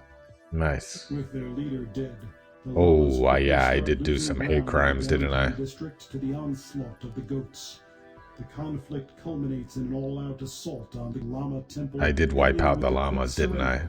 The majority of the uncoordinated defenders. That's my bad. Over half of the surviving llamas convert to goatism, and the llama cult Oh, is okay. disbanded. Maybe they're happy. The llama temple is leveled and replaced with a monument to Saint Trescon, who brought the goats' greatest enemies to their knees. Okay, that's fine. With the surroundings still dominated Could be by worse. cultists, the surviving employees of the PDX server complex dare not venture forth from their underground facility. None of them ever returned to Forum City. What? Really? Zero Presence found his final rest in the ruins of Deus Ex Incarnate, where his bones lie undisturbed. The stories of his last duel pass into legend and serve to perpetuate his name in a way his clandestine I skulked in the shadows and shot him in the back of the head. When the fighting has died down, It was not much of a duel. Mattress to mutter more incoherencies at random passers-by. His tone has become significantly less negative since Skara's downfall, and an occasional gleeful, if mispronounced, uttering of Tresca is rumored to be heard from him. With his search for the fire staff completed, Beeblequix gathers together his meager belongings and his cat and returns to Forum City. He opens a museum to display his findings from the Deus Ex Incarnate excavation and writes a very long collection of memoirs retelling his adventures. After passing his long-kept secrets The ghost. I never did meet this guy. I never met Despot. I never actually saw him or came face to face with Despot the whole time. City for a night to everyone's general amusement. Shayna's friend never showed up. Despite the brevity of their meeting, Trestcon managed to make an impression, and in a few weeks, another chance encounter leads to something more serious. He just stands there while she wiggles around. Democratic government in Forum City. Yay, democracy. As a hero. I mean, yay, democracy. A moderator, after which a semblance of normalcy gradually returns to his life. Normalcy, yeah, that's fair, fine. Fair enough. I'll take normalcy.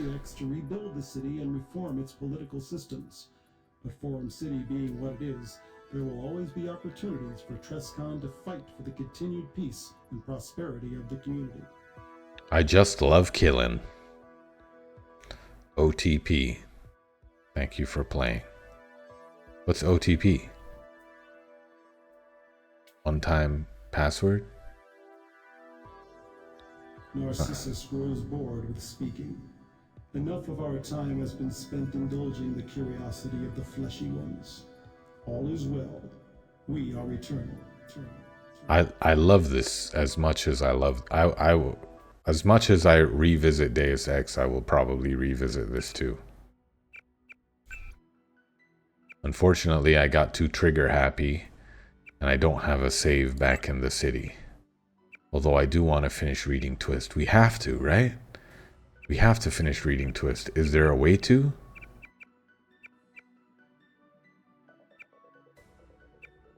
I choose new game, so I did Punishing. What's Radish Adventure? A separate self-contained game mod that is unlocked once discovering 8 Easter eggs. Okay. Okay, wait. Let's see. How long would it take me to get to the library from starting the game from 0? Ah, there you are. I'm glad you made it here so quickly. This is quite important. Why does it all of a sudden feel like the graphics are better? All of a sudden, like, I feel like it looks super smooth. Okay, let's see. How long will it take me to get to the thing and read Twist? Which floor did he say? I think he said 4th.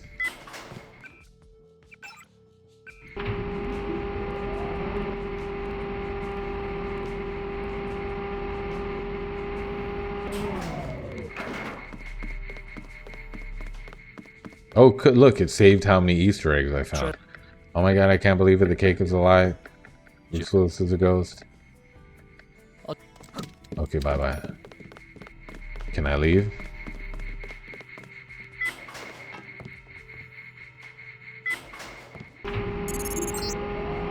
Oh my god, Brad Pitt was not real.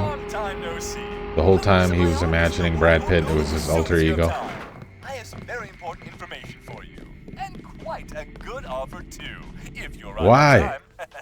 See you here, Trescott. Get somebody influential to go pick up old pistols. I'm trying to. How do I leave? How do I get out of here? I saw you got a PM from Skara. Whatever you do, Trescon, don't go to World Corp. Come to PDX and hear what I have to tell you first. Okay, I'm leaving. Okay.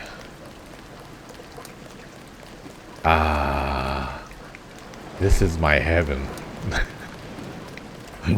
Look, the goats, they're alive. The llamas, I mean, they're alive again. She wants to make sure you're still up to scratch.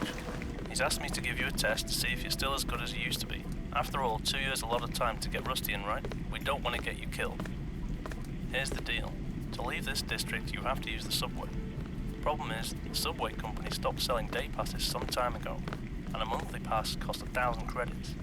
Now, while we could just give you the money, this should be an excellent opportunity to brush up on your skills. Your tests will be to gather 1,000 credits for the subway. To be frank, if you aren't resourceful enough to do this, you'll be in no condition to handle the assignments we're planning to give you. Good luck. Okay, I think I was on 10. Let me read this one.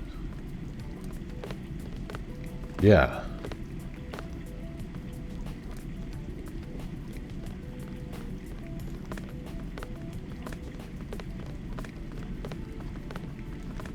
In the words of Slayer 730, never judge a book by its movie. No. I read 10, I think. She looked at him frantically, raised her arms further. No, Dominic said. Here, he lifted her to her feet. Are you alright? Oh yeah, okay, I'm here. So I'm on 11.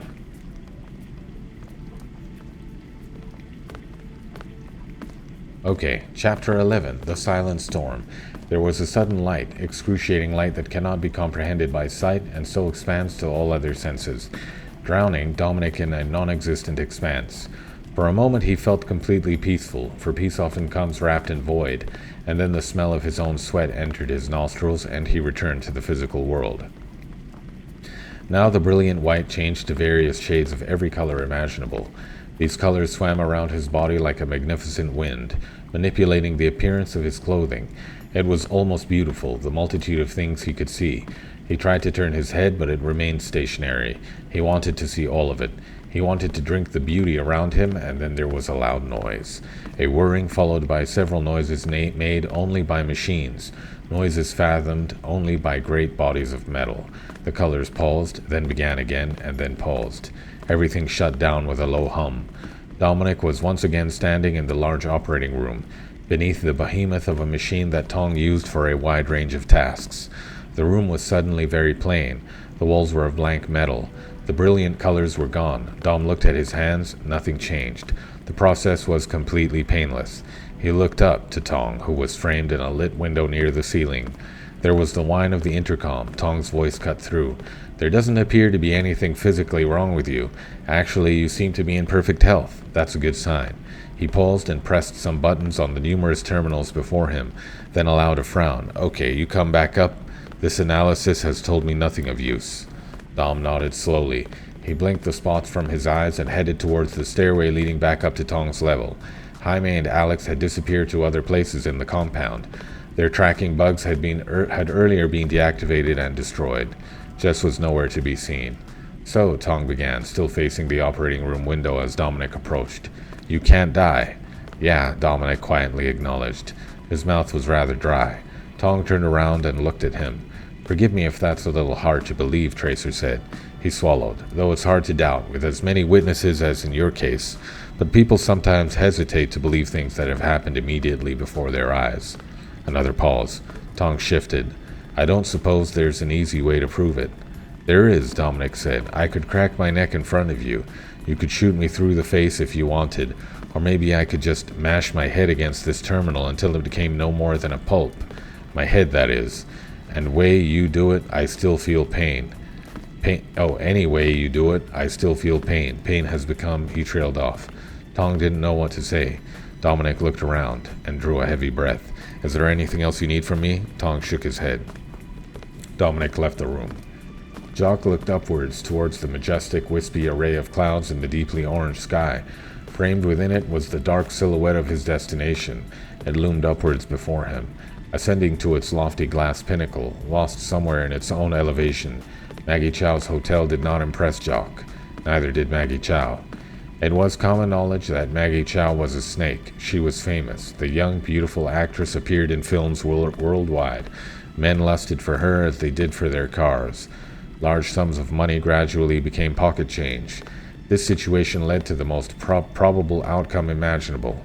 For the weak-minded, greed, unstoppable self-indulgence, and the vicious decay of morals. Maggie worked for MJ-12. She tried to keep it entirely secretive, and it was, but not entirely. Youth and greed often equates folly. Maggie Chow was no different. People knew things that were dangerous to her, and she was clueless to that. The luminous path had suspected Miss Chow for longer than desirable. Either of the Dentons would have already investigated her operations if either of them still existed in a form other than rotting flesh. Jock was the only one left who could be trusted with the job. He didn't like it. But there was no one else who could have been sent. Dominic was unstable, and he'd already gotten into trouble with the Red Arrow. If they were to spot him on the streets, there would only be further chaotic engagements. The others did not even have a desire to go, even if they were trusted to do so.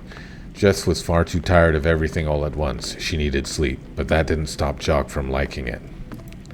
He didn't want to have anything to do with Maggie Chow, but now, as he stepped through the automatic glass doors of the building onto the plush carpeting of the interior, and as the air-conditioned air crawled around his skin, he didn't have much of a choice. The man behind the counter, dressed stiffly in a dark blue suit and tie, displayed his fake smile for one of many times in his day, addressing Jock plainly and initially in Chinese. Jock stared, rather stupidly, having only a small grip on the language. "I'd like to speak to Miss Chow," Jock said, in English. The man's smile immediately collapsed beneath a frown. He made a simple, hesitant gesture towards the elevator behind him, then returned to whatever business he had been performing beforehand. She's probably watching me right now, Jock thought. She probably listened to what I just said. He would have been more surprised if she hadn't. Bishop sat at the well-kept bar in the Luminous Path compound, propped upon a stool, leaning with his elbows upon the reflective countertop, lost as he usually was amongst the activity of his thoughts, disassembling things in his mind until they became great nothings, then piling them back together again. Dominic tried to remember when any sort of routine left his life. He stopped sleeping on a schedule long before any of the changes had begun. He ate when hunger hit him. He drank when needed. He lived in whatever quarters were available and urinated in whatever spot was convenient. His life, not different from his mind, had collapsed to chaos long before he ever actually acknowledged it. Not to say that the NSF had impacted his life negatively. On the contrary, he was lost before them. And then, when they came to him, or he came to them, he belonged to something, and he achieved a reason, fighting the shadowed enemy, outcast into the dark corners of the world. It suited him well. He didn't desire any other method of living. Dominic didn't know how to live. Meet the status quo, fill a seat in an office, return home each day to a wife and children. Suddenly he recalled Jess. A man sharing drinks came to him then and allowed a bottle to regurgitate further liquids into Bishop's emptied glass. Dom retrieved it. He abruptly noticed a fleeting, pulsating pain in his arm. Probably nothing. He drank. "That's terrible," Maggie Chow blurted, blatantly feigning distress. Her acting sucked. "Paul and I were close." "Yeah," Jock said. "I'm sure you can barely see through your frantic, distraught tears. But I'm here for a reason, and I want to be frank about it. Tong is getting impatient. The Triads, as you surely know, are at war. This needs to end, Maggie." Miss Chow frowned. The situation was no longer so amusing for her. She knew where the conversation was about to lead. She didn't want to have to deal with it. Neither did Jock. Chow's maid, a short, plump woman who seemed as excited about her job as a chicken would be getting its head lopped off for butchery, stood readily at the banister. Maggie motioned for her and instructed her to fetch some aspirin. The maid vanished quickly. Jock couldn't decide whether Maggie had done that to get rid of the maid for more open conversation or whether the woman sincerely had a headache. She probably is going to get a gun. Maggie leaned back on her expensive couch, lifting her slender legs from the colorful, wonderfully crafted, no doubt priceless carpet. Yes, it's hand-woven in Tibet, in fact. She glanced tiredly at one of the surrounding floor-to-ceiling windows. They were so elevated that from their current position most of the view consisted of sky. The pain in Dominic's arm wildly intensed. He clenched his glass. It shattered in his fist. The drinking man looked at him without comprehension. Dom grasped his head between his palms. There were screams, such a collection of screams that they bled into one overwhelming unit of white noise, a noise like no other, and within it there was a great driving force, a new pressure, something Dominic had not felt before, a new presence gracing his body. And suddenly he knew that Maggie Chow was guilty as hell. Then there was a voice, unmistakable. He'd heard it before. "Ignore this," it said. "It is a temporary disturbance." It was the blue-faced man. "You're not the least suspicious person, Maggie," Jock doggedly persisted. "You've got something going on, and it probably involves the dragon's tooth." "I find that accusation insulting," she stated firmly. So pretend to be insulted. I don't care. You probably don't even know the half of what you've involved yourself in. You're probably too stubborn to find out. He knew she had it. He just knew. The screams told him. The driving force showed him that sword, licked with blue, electric flame. He grasped his head. He could feel them. So many. They drowned him. He felt his spilled drink begin to wet his clothing. No, the blue-faced man said. No, he almost sounded angry. Ignore this. Ignore it. This is ridiculous. You will cease your rude behavior immediately, or you will be removed from my hotel. Don't worry. I don't plan on staying. I came here on business, Maggie. Listen to me. Do you know anything about the location of the Dragon's Tooth? Miss Chow remained silent. Do you? Jock persisted. Forget for a moment the money and the opportunity, or whatever the hell it is you're being bribed with, and consider what's going on around you. Don't be oblivious. Where is that sword, Maggie? She squinted. You will leave immediately, or you will be made to leave. There was a pause. Jock shook his head. You are disgusting, he told her, and then rose to leave. The screams halted. Dominic stared blankly. He did not move or even blink for 10 minutes. The drinking man made several attempts to offer him a new glass. The drinking man received no response. For 10 minutes, all was blank. Then Dominic turned to the bar. He still sat in his stool. He felt clean. Then, as if one half of a moving train suddenly reversed direction, tearing the vehicle apart on its tracks, so Dominic's thoughts did the same. Something different had just happened to him. He was used to having strange experiences. He was used to the ringing in his ears and the way the headaches built towards the front of his head, then tinged slowly, languidly throughout the rest. Tingled slowly, languidly throughout the rest. But this was new. Never before had he heard the screams, and they seemed to cleanse him as though the experience was a desirable one, as though something unusually pure had just touched his brain. Yet he remembered the blue-faced man. Ignore it, the man said. Somewhere, perilous and shadowed, there was a deep rift. Rain poured down, a great vertical apocalypse. Thunder shook ominous clouds brooding overhead. The weather frowned upon one's eye. The sun had almost set, and even if it were still hanging at its peak in the sky, the thick, angry storm would have blackened all light. Sullen darkness lingered. There was serenity within chaos.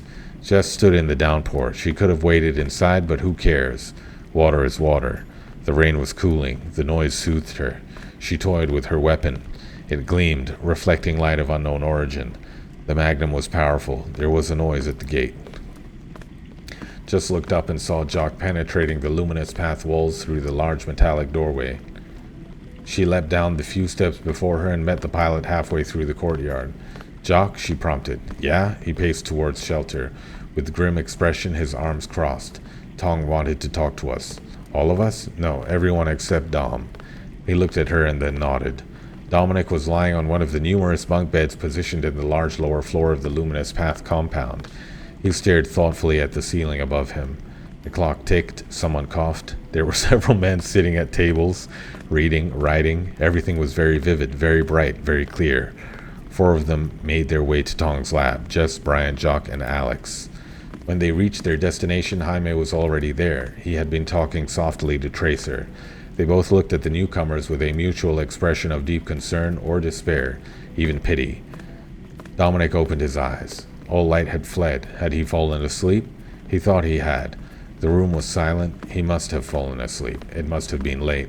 All the others present must have been sleeping as he had been. Perhaps he hadn't? There was a snuffling noise.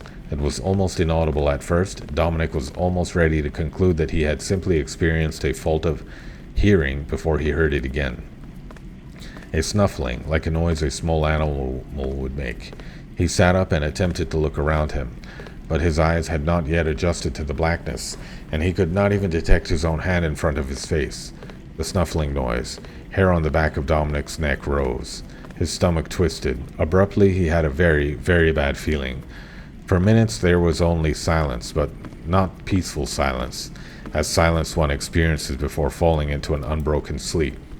It was the excruciating silence one experiences when hoping not to get caught committing some unapproved act, or when one is listening for a noise that one hopes will not occur. The kind of silence that becomes so intense it grows to a dreadful ringing of the ears, that fake self-contained ring, that sweat-bringing ring. There was the pattering of small feet, very soft, quick feet. Where had it come from? I think there's a greasel coming up on him. Dominic scanned the blackness. He could see nothing. He was blinded. He wished for a light, or he suddenly experienced the greatest feeling of utter, undescribable dread he'd ever experienced in his life. He felt it now. There was a weight on the sheets that covered him. It moved slowly, up towards him. There was a snuffling noise, unbearably close. Dominic's eyes began to water. Oh my God. There was the angered hiss of an animal, a very fierce animal ready to slaughter its prey, ready to gnash at the throat of its enemy and suck the marrow from its victim. Silence broke. Skin crawled. The heavy door grumbled open behind Gordon quick. He turned and looked. Dominic stood there, pale-skinned, frantic, appearing as though he'd seen the most disgusting of atrocities just moments before. "Where are you going?" Gordon asked with puzzlement. "I have to leave," Dominic yelled, his voice quavering with absolute terror. "I have to. There's something." He had to go kill Maggie Chow. He had to retrieve the dragon's tooth. His muscles burned as light exploded, and he was gone. "I have to leave," Dominic yelled, his voice quavering with absolute terror. "I have to. There's something." He had to go kill Maggie Chow. He had to go retrieve the dragon's tooth. His muscles burned as light exploded, and he was gone. I think my eyes were bigger than my stomach on this. I don't know if I can read 3 more right here. Oh, 2 more? Did you ever ask what it was for? 2 more. The moderators. The ban on sight loss. Is that freedom? 2, 3, 4, 5, 6, 7, 8, 9. 9 pages. 18 more pages. 18 more pages? Fuck. Oh, fuck, let's do it. A cooperating sensual binding of thought and senses. A homeless man coughed. Spittle flew into the air. It was vivid. Rain poured down, making the road sleek and wet, stirring the filthy scent of city into the air. The clouds churned above. Night. All safety had fled. Each step proved more exciting, like he was accomplishing something finally. The universe turned, and there was a blinding point of focus, and it was with him, and he knew it, and shaped it as sculptors do their sculptures. He knew all that was around him, and he walked through it, down the center of the road, slowly, in the wet blackness. Dominic stopped. He stood in the center of the street in the rain, and he smiled. He was feeling the world again, like a marionette freed from its strings. There stood he, in the rain. 2 police officers stared at him. Someone smoked a cigarette beneath shelter. The fumes it emitted bound with the very fibers of the universe and came only to Dominic. He knew what was there and what was around the corner and what was above him. He walked again. Shadows pooled hungrily over whatever surfaces they could find. Moments of gleaming light shimmering on surfaces that might mate with it broke the otherwise swallowing blackness. The lights of Hong Kong illuminated everything. Dominic slowly walked beneath those lights. On occasion, we have moments of breakthrough, times when we feel we have discovered something wholly staggering and some ultimate realization impacts us heavily. At that moment, Dominic felt such a force upon him, like the world was plain, though he had before seen it complex. Like there was beauty in what was around him, though he had before seen none. It was one of those times in which we better understand the universe and ourselves, though such things may be much too staggering for anyone to ever fully comprehend. He looked up and saw that up was not a direction or a boundary, but a possession. His body blurred. That is the only way to describe it seen from eyes other than his. He blurred, darkly and violently, as though escaping from himself, and then he traveled in such a means as is not easily imaginable. It was not flying, nor was it running. He simply moved, sliced through space before him in a darkened haze of motion, traveling down a corridor not in our own perception of knowledge, so that if someone were to look upon him as he traveled then, they would see only a ripple, and then it would slither from their direction like a shadow into void. He impacted at such a velocity upon the window that he broke through it like tissue, and the resulting explosion of glass was fierce, and his feet touched carpet. Again he stood as a man, simple and vulnerable and obscene. He did not recognize his location, though he had guided himself to it. So he turned with a moment's pause and glanced out the large window, which was now without glass, and saw that he was very high above the ground, in a penthouse comprising the pinnacle of whichever building it was that he was in. He turned again to face his surroundings. The carpet was finely made and red. There was extravagant furniture filling the room which he occupied, and the walls were of intricately carved wood. From somewhere came shouting. It occurred muffled and indistinct. Then footsteps. Down the stairs came Maggie Chow, her face contorted beneath shock, then anger. In her hand was a gun. She was beautiful. She was a demon born from the fires of all that might be called hell. Dominic walked to her, though it seemed much too fast to be a walk, for he was before her in seconds, and the gun was in his hand. He fired into her. She crumpled as bodies do when they are emptied of life. Men came, dressed in black and gray, MJ-12, their arms filled with tools of slaughter. They were armored and helmeted. They were MJ-12. Bishop knew it when he saw them. He went to them quickly in blurs. They shot at him and perhaps hit him, for he was quickly drenched in red. He bled, and he felt pain, as men do, and he thought as a man does and reacted as a man might. But Dominic Bishop, in all his flesh and blood, in his flood of motion through which he spilled the life fluids of his attackers, was not a man. He was not a human, though before thought he was, and this came to him then as his revelation, his better understanding of everything at once. And yet, all at the same time, an encore of complications struck him. They struck him so that he staggered from their force, so that he collapsed to his knees, and yet it only calmed him. His eyes watered and spilled tears. He was without his plague of pain. He was without the blue face that had been crippling him for so long. What he had to do was before him. What he had done and what he had once been vanished behind him as though part of him had wholly left altogether. He took the dragon's tooth from its pedestal, tucked in the hidden chambers of Miss Chow's apartment, which were then empty, and was gone. There was blood in the streets. The market of Wansai was emptied as though it had never been occupied by more than ghosts. Jess ran through it and stopped at a corner. She did not know where they went. There were several of them. She hadn't counted them all. Rain poured in whatever gaps between buildings that lacked roofing. Whatever gaps between the buildings that lacked roofing. It was as though the crashing torrent filled in those spaces entirely, creating hollowed chambers, prisons almost, of stifled sight and sound. It was impossible to hear anything other than the crashing of water, which came so fast it sounded like the static of a neglected television. But there was a footstep. Jess turned and pointed her large silvery magnum. The reflections of the rain darted across it in a visual game. She advanced towards the source of the noise, stopped at another corner, and leaned outwards, weapon pointed before her. There was only a small shop, and within it sat an obese cat. The cat stared in an uninterested manner at Jess, lazily lolling its tail, careless. Sleep came even within the storm. It rolled onto its side. The footsteps sounded again. She looked. She couldn't determine its direction. But then there was a flash of red against the pouring rain. Behind it, so that the color came chopped and smeared, a distorted costume of movement. She shot. The red-clad man screamed loudly and fell into the open, where the contents of his head spilled and mixed with the impacting rain. I think she just shot Gordon Quick. That was one. The others were nowhere to be seen. Jess could only imagine that they had either fled, went into hiding, or were circling her now as a predator does its prey. The cat hissed. Jess turned, ran, fired, sprinting as quickly as possible. Rain hit her in the face. She fired again.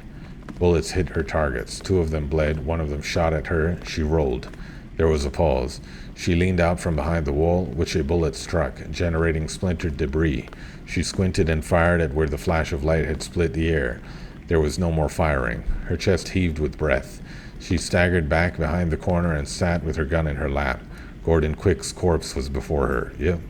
It stared blankly at the ground. A part of its neck had gone missing. She breathed heavily. There was no more firing. The sky was calm. Dominic stood on the slick pavement and looked down upon it. It reflected everything so that there might have been a parallel world beneath him. So that while he might have been looking upon his own surroundings, there was indeed a second copy of the same earth beneath his feet, turned upside down so that everything was reversed, and that is indeed how he felt. He looked upon the reflection of himself, or rather his second self, and saw only a man standing in a city, in a world that was devoid of life, at peace and rested. But there he stood, existed only himself, something altogether opposite from what he saw before him, and the world was red, and the ground was dyed, and the hue of blood. And there was no way he could break that barrier beneath his feet, just as there is no way to return to the past. He was no longer a man, and the world was no longer innocent, if it had ever been, and the young species which he had once thought himself to belong to was as confused as a young species could possibly be. There were corpses about him. Some wore red, some wore white. He recognized the split face of Gordon Quick. He saw a dead policeman. and a military robot which had apparently been destroyed. Burning flesh filled his nostrils. He returned to the Luminous Path headquarters as quickly as possible. He ran so that his legs burned with the anger of exhaustion. There was no longer a Luminous Path headquarters. There was a pile of debris larger than any he could have ever imagined, more horrifying than anything he had ever previously seen. He was on his back, looking towards the parting sky, and there was a black dot. It descended upon him so that he saw it was a helicopter. There was light, Jess said, shivering beneath the blanket draped about her shoulders. That's all I remember, blinding light. I thought it had only been the red arrow. I shot several of them. She stared at Dominic. There was something else there. I can't tell you how afraid I suddenly felt. There was something else there. You saw the destruction. She paused and shook her head. What can do that? What can destroy something that easily? All I remember is a light, and then I heard some of the most terrible sounds of my life. And then I woke up and Jock stood over me. They had landed on an appropriate building somewhere in Hong Kong. They didn't know where. They didn't care. Jaime was with them. Jock was there. Dominic and Jess and Alex. Everyone else they had known was dead, even Tong. Oh shit. Dominic, Jock said suddenly, your Tong told us something when we saw him last about you. Bishop knew what was to be said before it was said. Jock shook his head. You're not? I know. He had the dragon's tooth sheathed beneath his belt. He did not until then realize that he had no idea for what purpose he had gone to get it in the first place. But he had done so, almost as though he had been driven, but it was entirely his own doing. No, it was just that he knew it had to be done. He accomplished something. But then that accomplishment fell to ruin along with Tong and his compound. As far as he could see, there were two forces at work. One directed him as an officer directs a soldier. The other destroyed and did all it could to get in the way of the first. Dominic sat in that chair raised above the floor in which he had previously sat, in which he had conversed with the Blue Man. He sat there now, and he rose, and the Blue Man entered the room. This was only a product of his unconsciousness, Dominic knew, only an environment fabricated by his idle mind, but the Blue Man was real. He merely no longer had any power over Bishop. You defied me, the Blue Man said. You used me, Dom responded, as a weapon. The Blue Man smiled. Yes, I did, because that is what you are, a weapon, in a sense. He stopped. He went to the table to pour himself a drink, which he swallowed quickly. You have capabilities beyond any other, as you now know. I could have helped you master them. I could have helped you become the greatest power on this planet. There is something more powerful than I. Yes, and you saw today. You saw what he can do. But you have already made your mistake of deceiving me. It was a small deception, I admit, but small deceptions only act as evidence of future deceptions.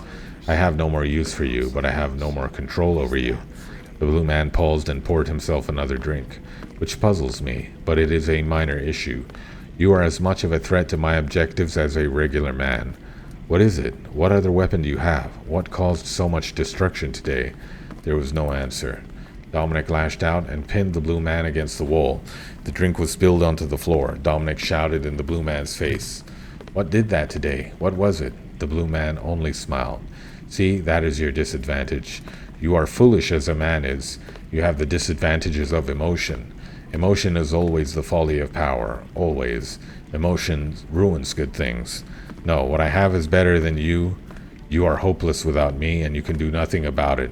Good day. And then they both vanished, and Dominic awoke. Final chapter. Chapter 13. I hope they weren't very scrupulous about breaking it up. I hope this chapter is really short. They probably separated it up by no, that would be very crude, right? To separate it by word count? That's not how novels get separated up. Okay, chapter 13, Men of Power. So far it seems like somebody combined Ubik with the story of Deus Ex, where kind of reality falls apart.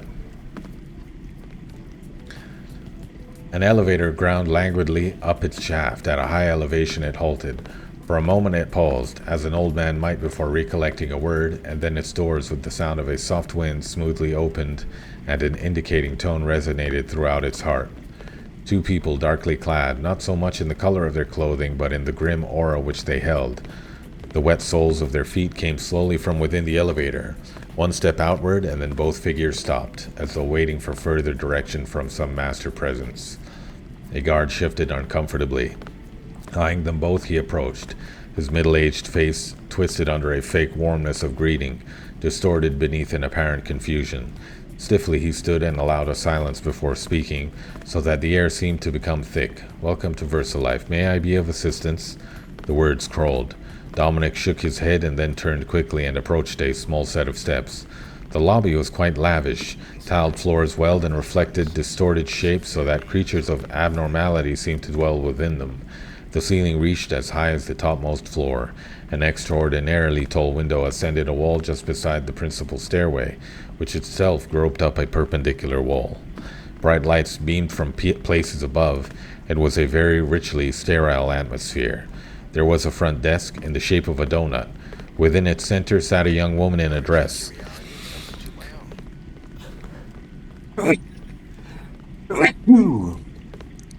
Her attention quickly fixed on the visitors. The woman shaped her mouth as though to begin speaking, but Jess approached the counter and placed her palm swiftly down upon it. Leaning forward with a curious expression of familiarity, she asked, quite softly, "May we tour your offices?" On the top floor, a mouth opened. Its elevator was the only route to the churning belly of VersaLife. Its doors were locked and watched through the unfailing eye of a security camera. And even if someone were to take it without proper authorization, all the way down to the massive lobby at its feet, a security pass would be required, and the numerous guards would be nearly unescapable. Dominic knew he had to get into those labs. He knew his objective, but not his method. And though he did not consider himself to be an educated man, he was not at all stupid. The direct approach would be a thorough waste of time. No, he had to get a pass from somewhere in those 3 floors of offices. From one of those underlit, absurdly identical cubicles which seemed as though the people who worked within them would shed all visible differences upon their entrance. Most of the cubicles were empty. What few were occupied contained single individuals, all of which were pale-faced, concentrated, and some sweating. They appeared to have no more authority than corpses. But there was one man walking about as though he had nothing better to do, which is probably not far from the truth. Swimming in the boundless infinity of his own ego, he was a man of power, and blatantly so. Dominic approached this man. Hundley was his name, and stopped before him. Suddenly there appeared to be an electric interruption across Bishop's body, a dark folding of presence, so that there was a brief duplication, one disconnected from reality, and then it dissipated with frozen luminescence in the air so that it appeared as a final shape of contrasting light would, as if a final shape of contrasting light would, as it momentarily lingered. Oh, it appeared as a contrasting shape of light would. Momentarily lingered on a deactivated screen. Okay, sorry. Hundley stepped backward. "Can I help you?" he asked before swallowing. He was nervous. His false charisma had been disturbed. For a moment, Dominic smiled softly. He stated with complete certainty, "We are going to get passes to your labs." Hundley stared at him with confusion. Sweat gathered in his thick black mustache, and he slicked back his hair with one hand. "Oh? You are? Absolutely. And how will you do this?" "You will give them to me." Hundley made a dismissive gesture. "That is absurd." Dominic, in an unexpectedly swift movement, stepped forward and grabbed the swaggering fool by the front of his jacket. Hundley made a frantic attempt to push himself loose, but Bishop pinned him against the wall. Then they were still. Hundley again squirmed in an attempt to shake himself loose, which was an awkward failure, and he swore. Again they were still. Hundley found it necessary to laugh. "Is this some kind of threat?" "No, I'm not going to kill you," Dominic said, shaking his head with amusement, "or even hurt you. I don't have any reason to hurt you. That doesn't mean I couldn't. In fact, I could level this entire building. I see by the disgusting look on your face that you don't care, or that you think you're going to call security in a few moments and have this idiot before you removed. I can assure you that's not going to happen." He drew a knife. It shimmered cleanly. For a moment Hundley watched it fixedly, and then Dom handed it to him. He stared at it stupidly. "Stab me with that," Dominic commanded. "Go on. There's no one on this level." Indeed, there was not. Each dark cubicle lacked its occupant. The 2 men were hidden from view of the lower floor. Jess stood in a doorway several yards away. For a moment, Hundley's existence seemed to dwell in the distorted reflections of the tiles beneath his feet. When Hundley did nothing, Dominic grabbed his wrist and thrust it towards his own chest. The knife buried itself in flesh. Dominic made no sound, but Hundley released a convulsive breath. Again, Dominic said, and repeated the motion. His shirt darkened. The knife was removed and replaced in its sheath. Hundley shrunk in a disturbed manner. He looked as though he were ready to collapse. Dom straightened him on his feet. Now I have been stabbed twice. Do you see me wailing in pain? Am I rushing to a hospital? No. He violently swung the man before him so that his head impacted the wall. Hundley flinched. This is above you. This is above your money. This is above your job. This is above whatever the fuck you think is important. The electronic disturbance returned. Dominic appeared to spread outwards with a dead expansion. There was a dark twitching and things distorted, flickering in an electronic way. Hundley pressed his free hand against Dominic's face. It was forced to the wall and clamped. Hundley shook. He refused to look directly at Dom. He shrank again, letting his knees collapse. Dominic let him collapse. The man of so much false power sat against the wall. No threat had been made. Jock descended a set of metallic stairs. He entered a room. It was very long, and one wall held. I can only imagine he's going for the Universal Constructor. That's the only thing useful there. Or Bob Page may be on site at that moment. He could be going for him. It was very long, and one wall held. It's still very much Deus Ex fan fiction.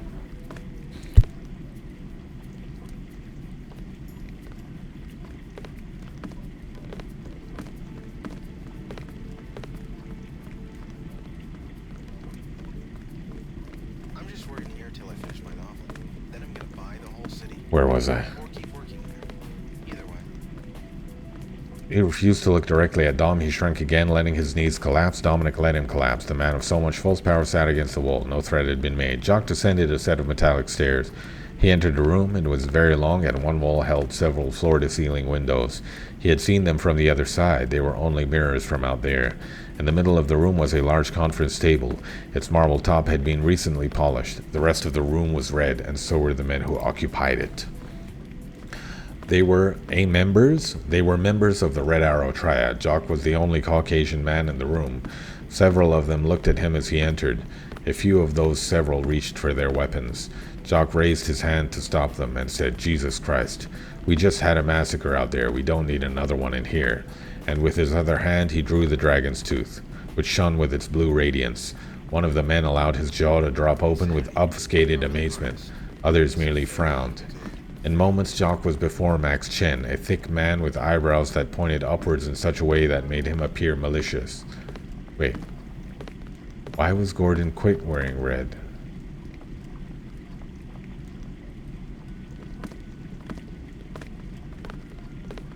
His clothing, does he wear red or white?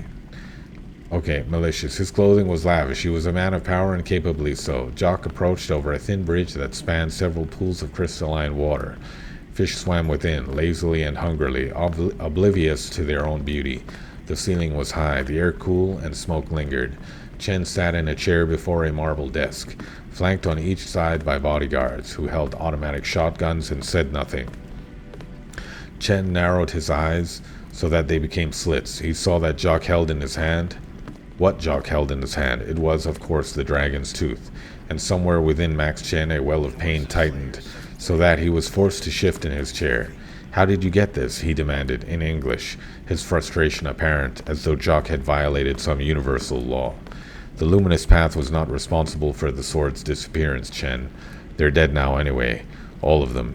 You know that already. Tong is dead." He paused and removed his sunglasses, which he had forgotten he was wearing.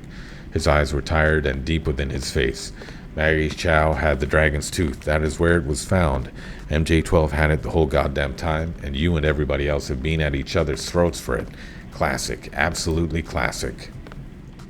Chen allowed a degree of shame to creep into his face, but it vanished immediately. He straightened and frowned. "And now there's just you and this bar and your gang," Jock continued, and threw the sword down on the desk before him. It appeared forlorn, as though its luminous presence was a complete waste. "Congratulations. We had nothing to do with... I know you're not responsible for that slaughter. It's going to take them months to clean that up. Jesus, it's going to take months to wash up all the blood." Out in the club there were only mirrors, and people were drunk and blissful, and they danced, looking into the glass and seeing only themselves.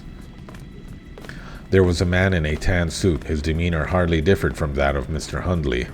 "Welcome to VersaLife Laboratories," he said, and his voice carried arrogance. "You may tour them, but do not stay long. Our labs are a sensitive matter. Do not violate any security rules. Do not doubt that you will be watched. The lower levels are inaccessible to your level of clearance. Do not try to enter them." He turned and stiffly retreated to some other place ideal for such arrogant people as himself. Dominic and Jess exited the small crevice allocated for the elevator and stepped into the biggest corridor they'd ever been in. The ceiling spanned so far above their heads that it seemed impossibly high, as though it should be cutting into the floors above, protruding above the earth. The expanse was illuminated with red reflecting from the floors, red draping along the walls. Dark spines of metal climbed opposing sides of the corridor and met at the top in arches. And the most unusual part of all stood at the opposite end, on the floor, a massive marble statue of a hand twisting its fingers about a rotating globe, as though it were ready to crush it with ease. Why would they have such a comically evil statue? Like, they should be pretending to be good, at least, right? There were 2 guards patrolling the hole. One of them was a man in simple armor. The other seemed more metal than flesh. His body was coated with thickish chunks of metal, robotics lining his legs and torso, electronic masses of nothing, grinding and weighing no more than a feather to the man buried somewhere beneath all that alloy and fakery. The man looked at as Dom and Jess passed. The machine did nothing and said nothing, and it occurred to Dominic that there might not have been a man within the shell at all. Jess looked up. Somewhere at the top of the corridor there was a frame of darkness. Within it stood a pinkish figure suited in black. They were, of course, being watched. Walking into VersaLife with weaponry of many categories had been easy enough.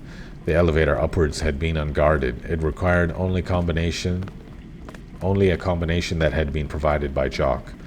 There had been security in the lobby, in the offices, and there was security in the labs, but they did not expect a man or an existence somewhere beyond a man to acquire lab passes through explicit fear.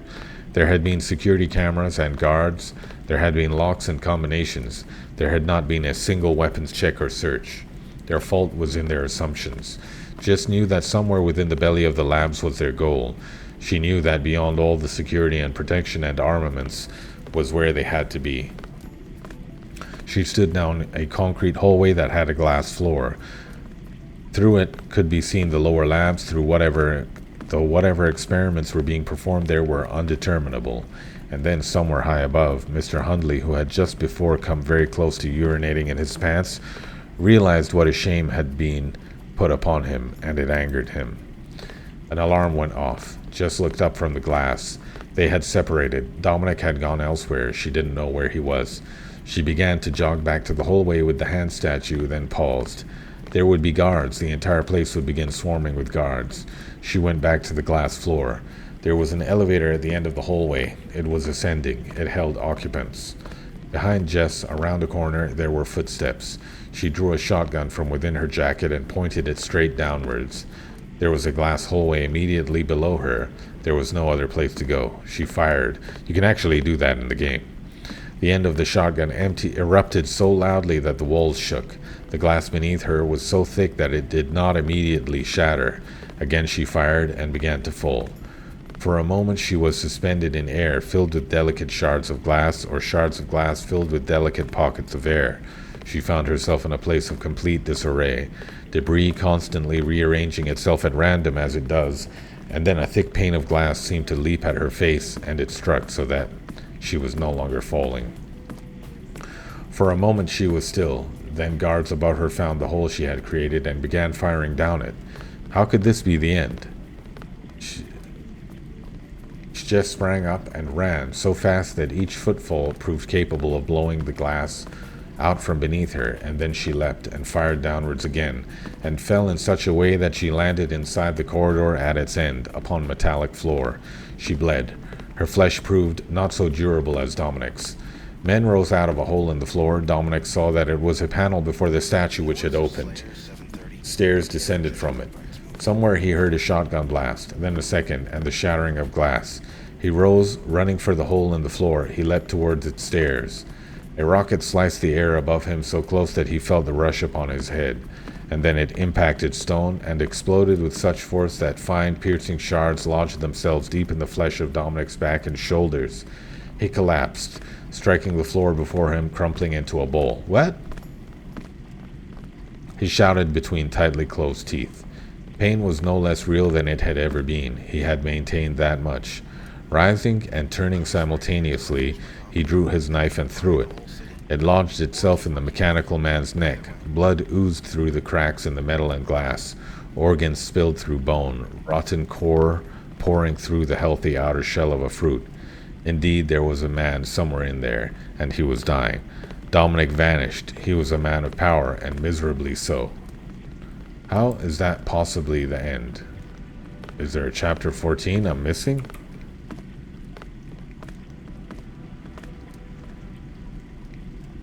Well, that was anticlimactic. At least I read to the end. The moderators, the ban on site laws. Is that freedom? Well, we made it to the end. I guess that was worth it.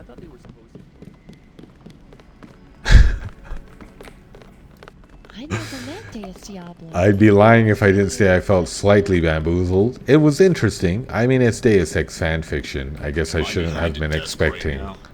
No, I'm... You know. It was well written. Well, there you have it.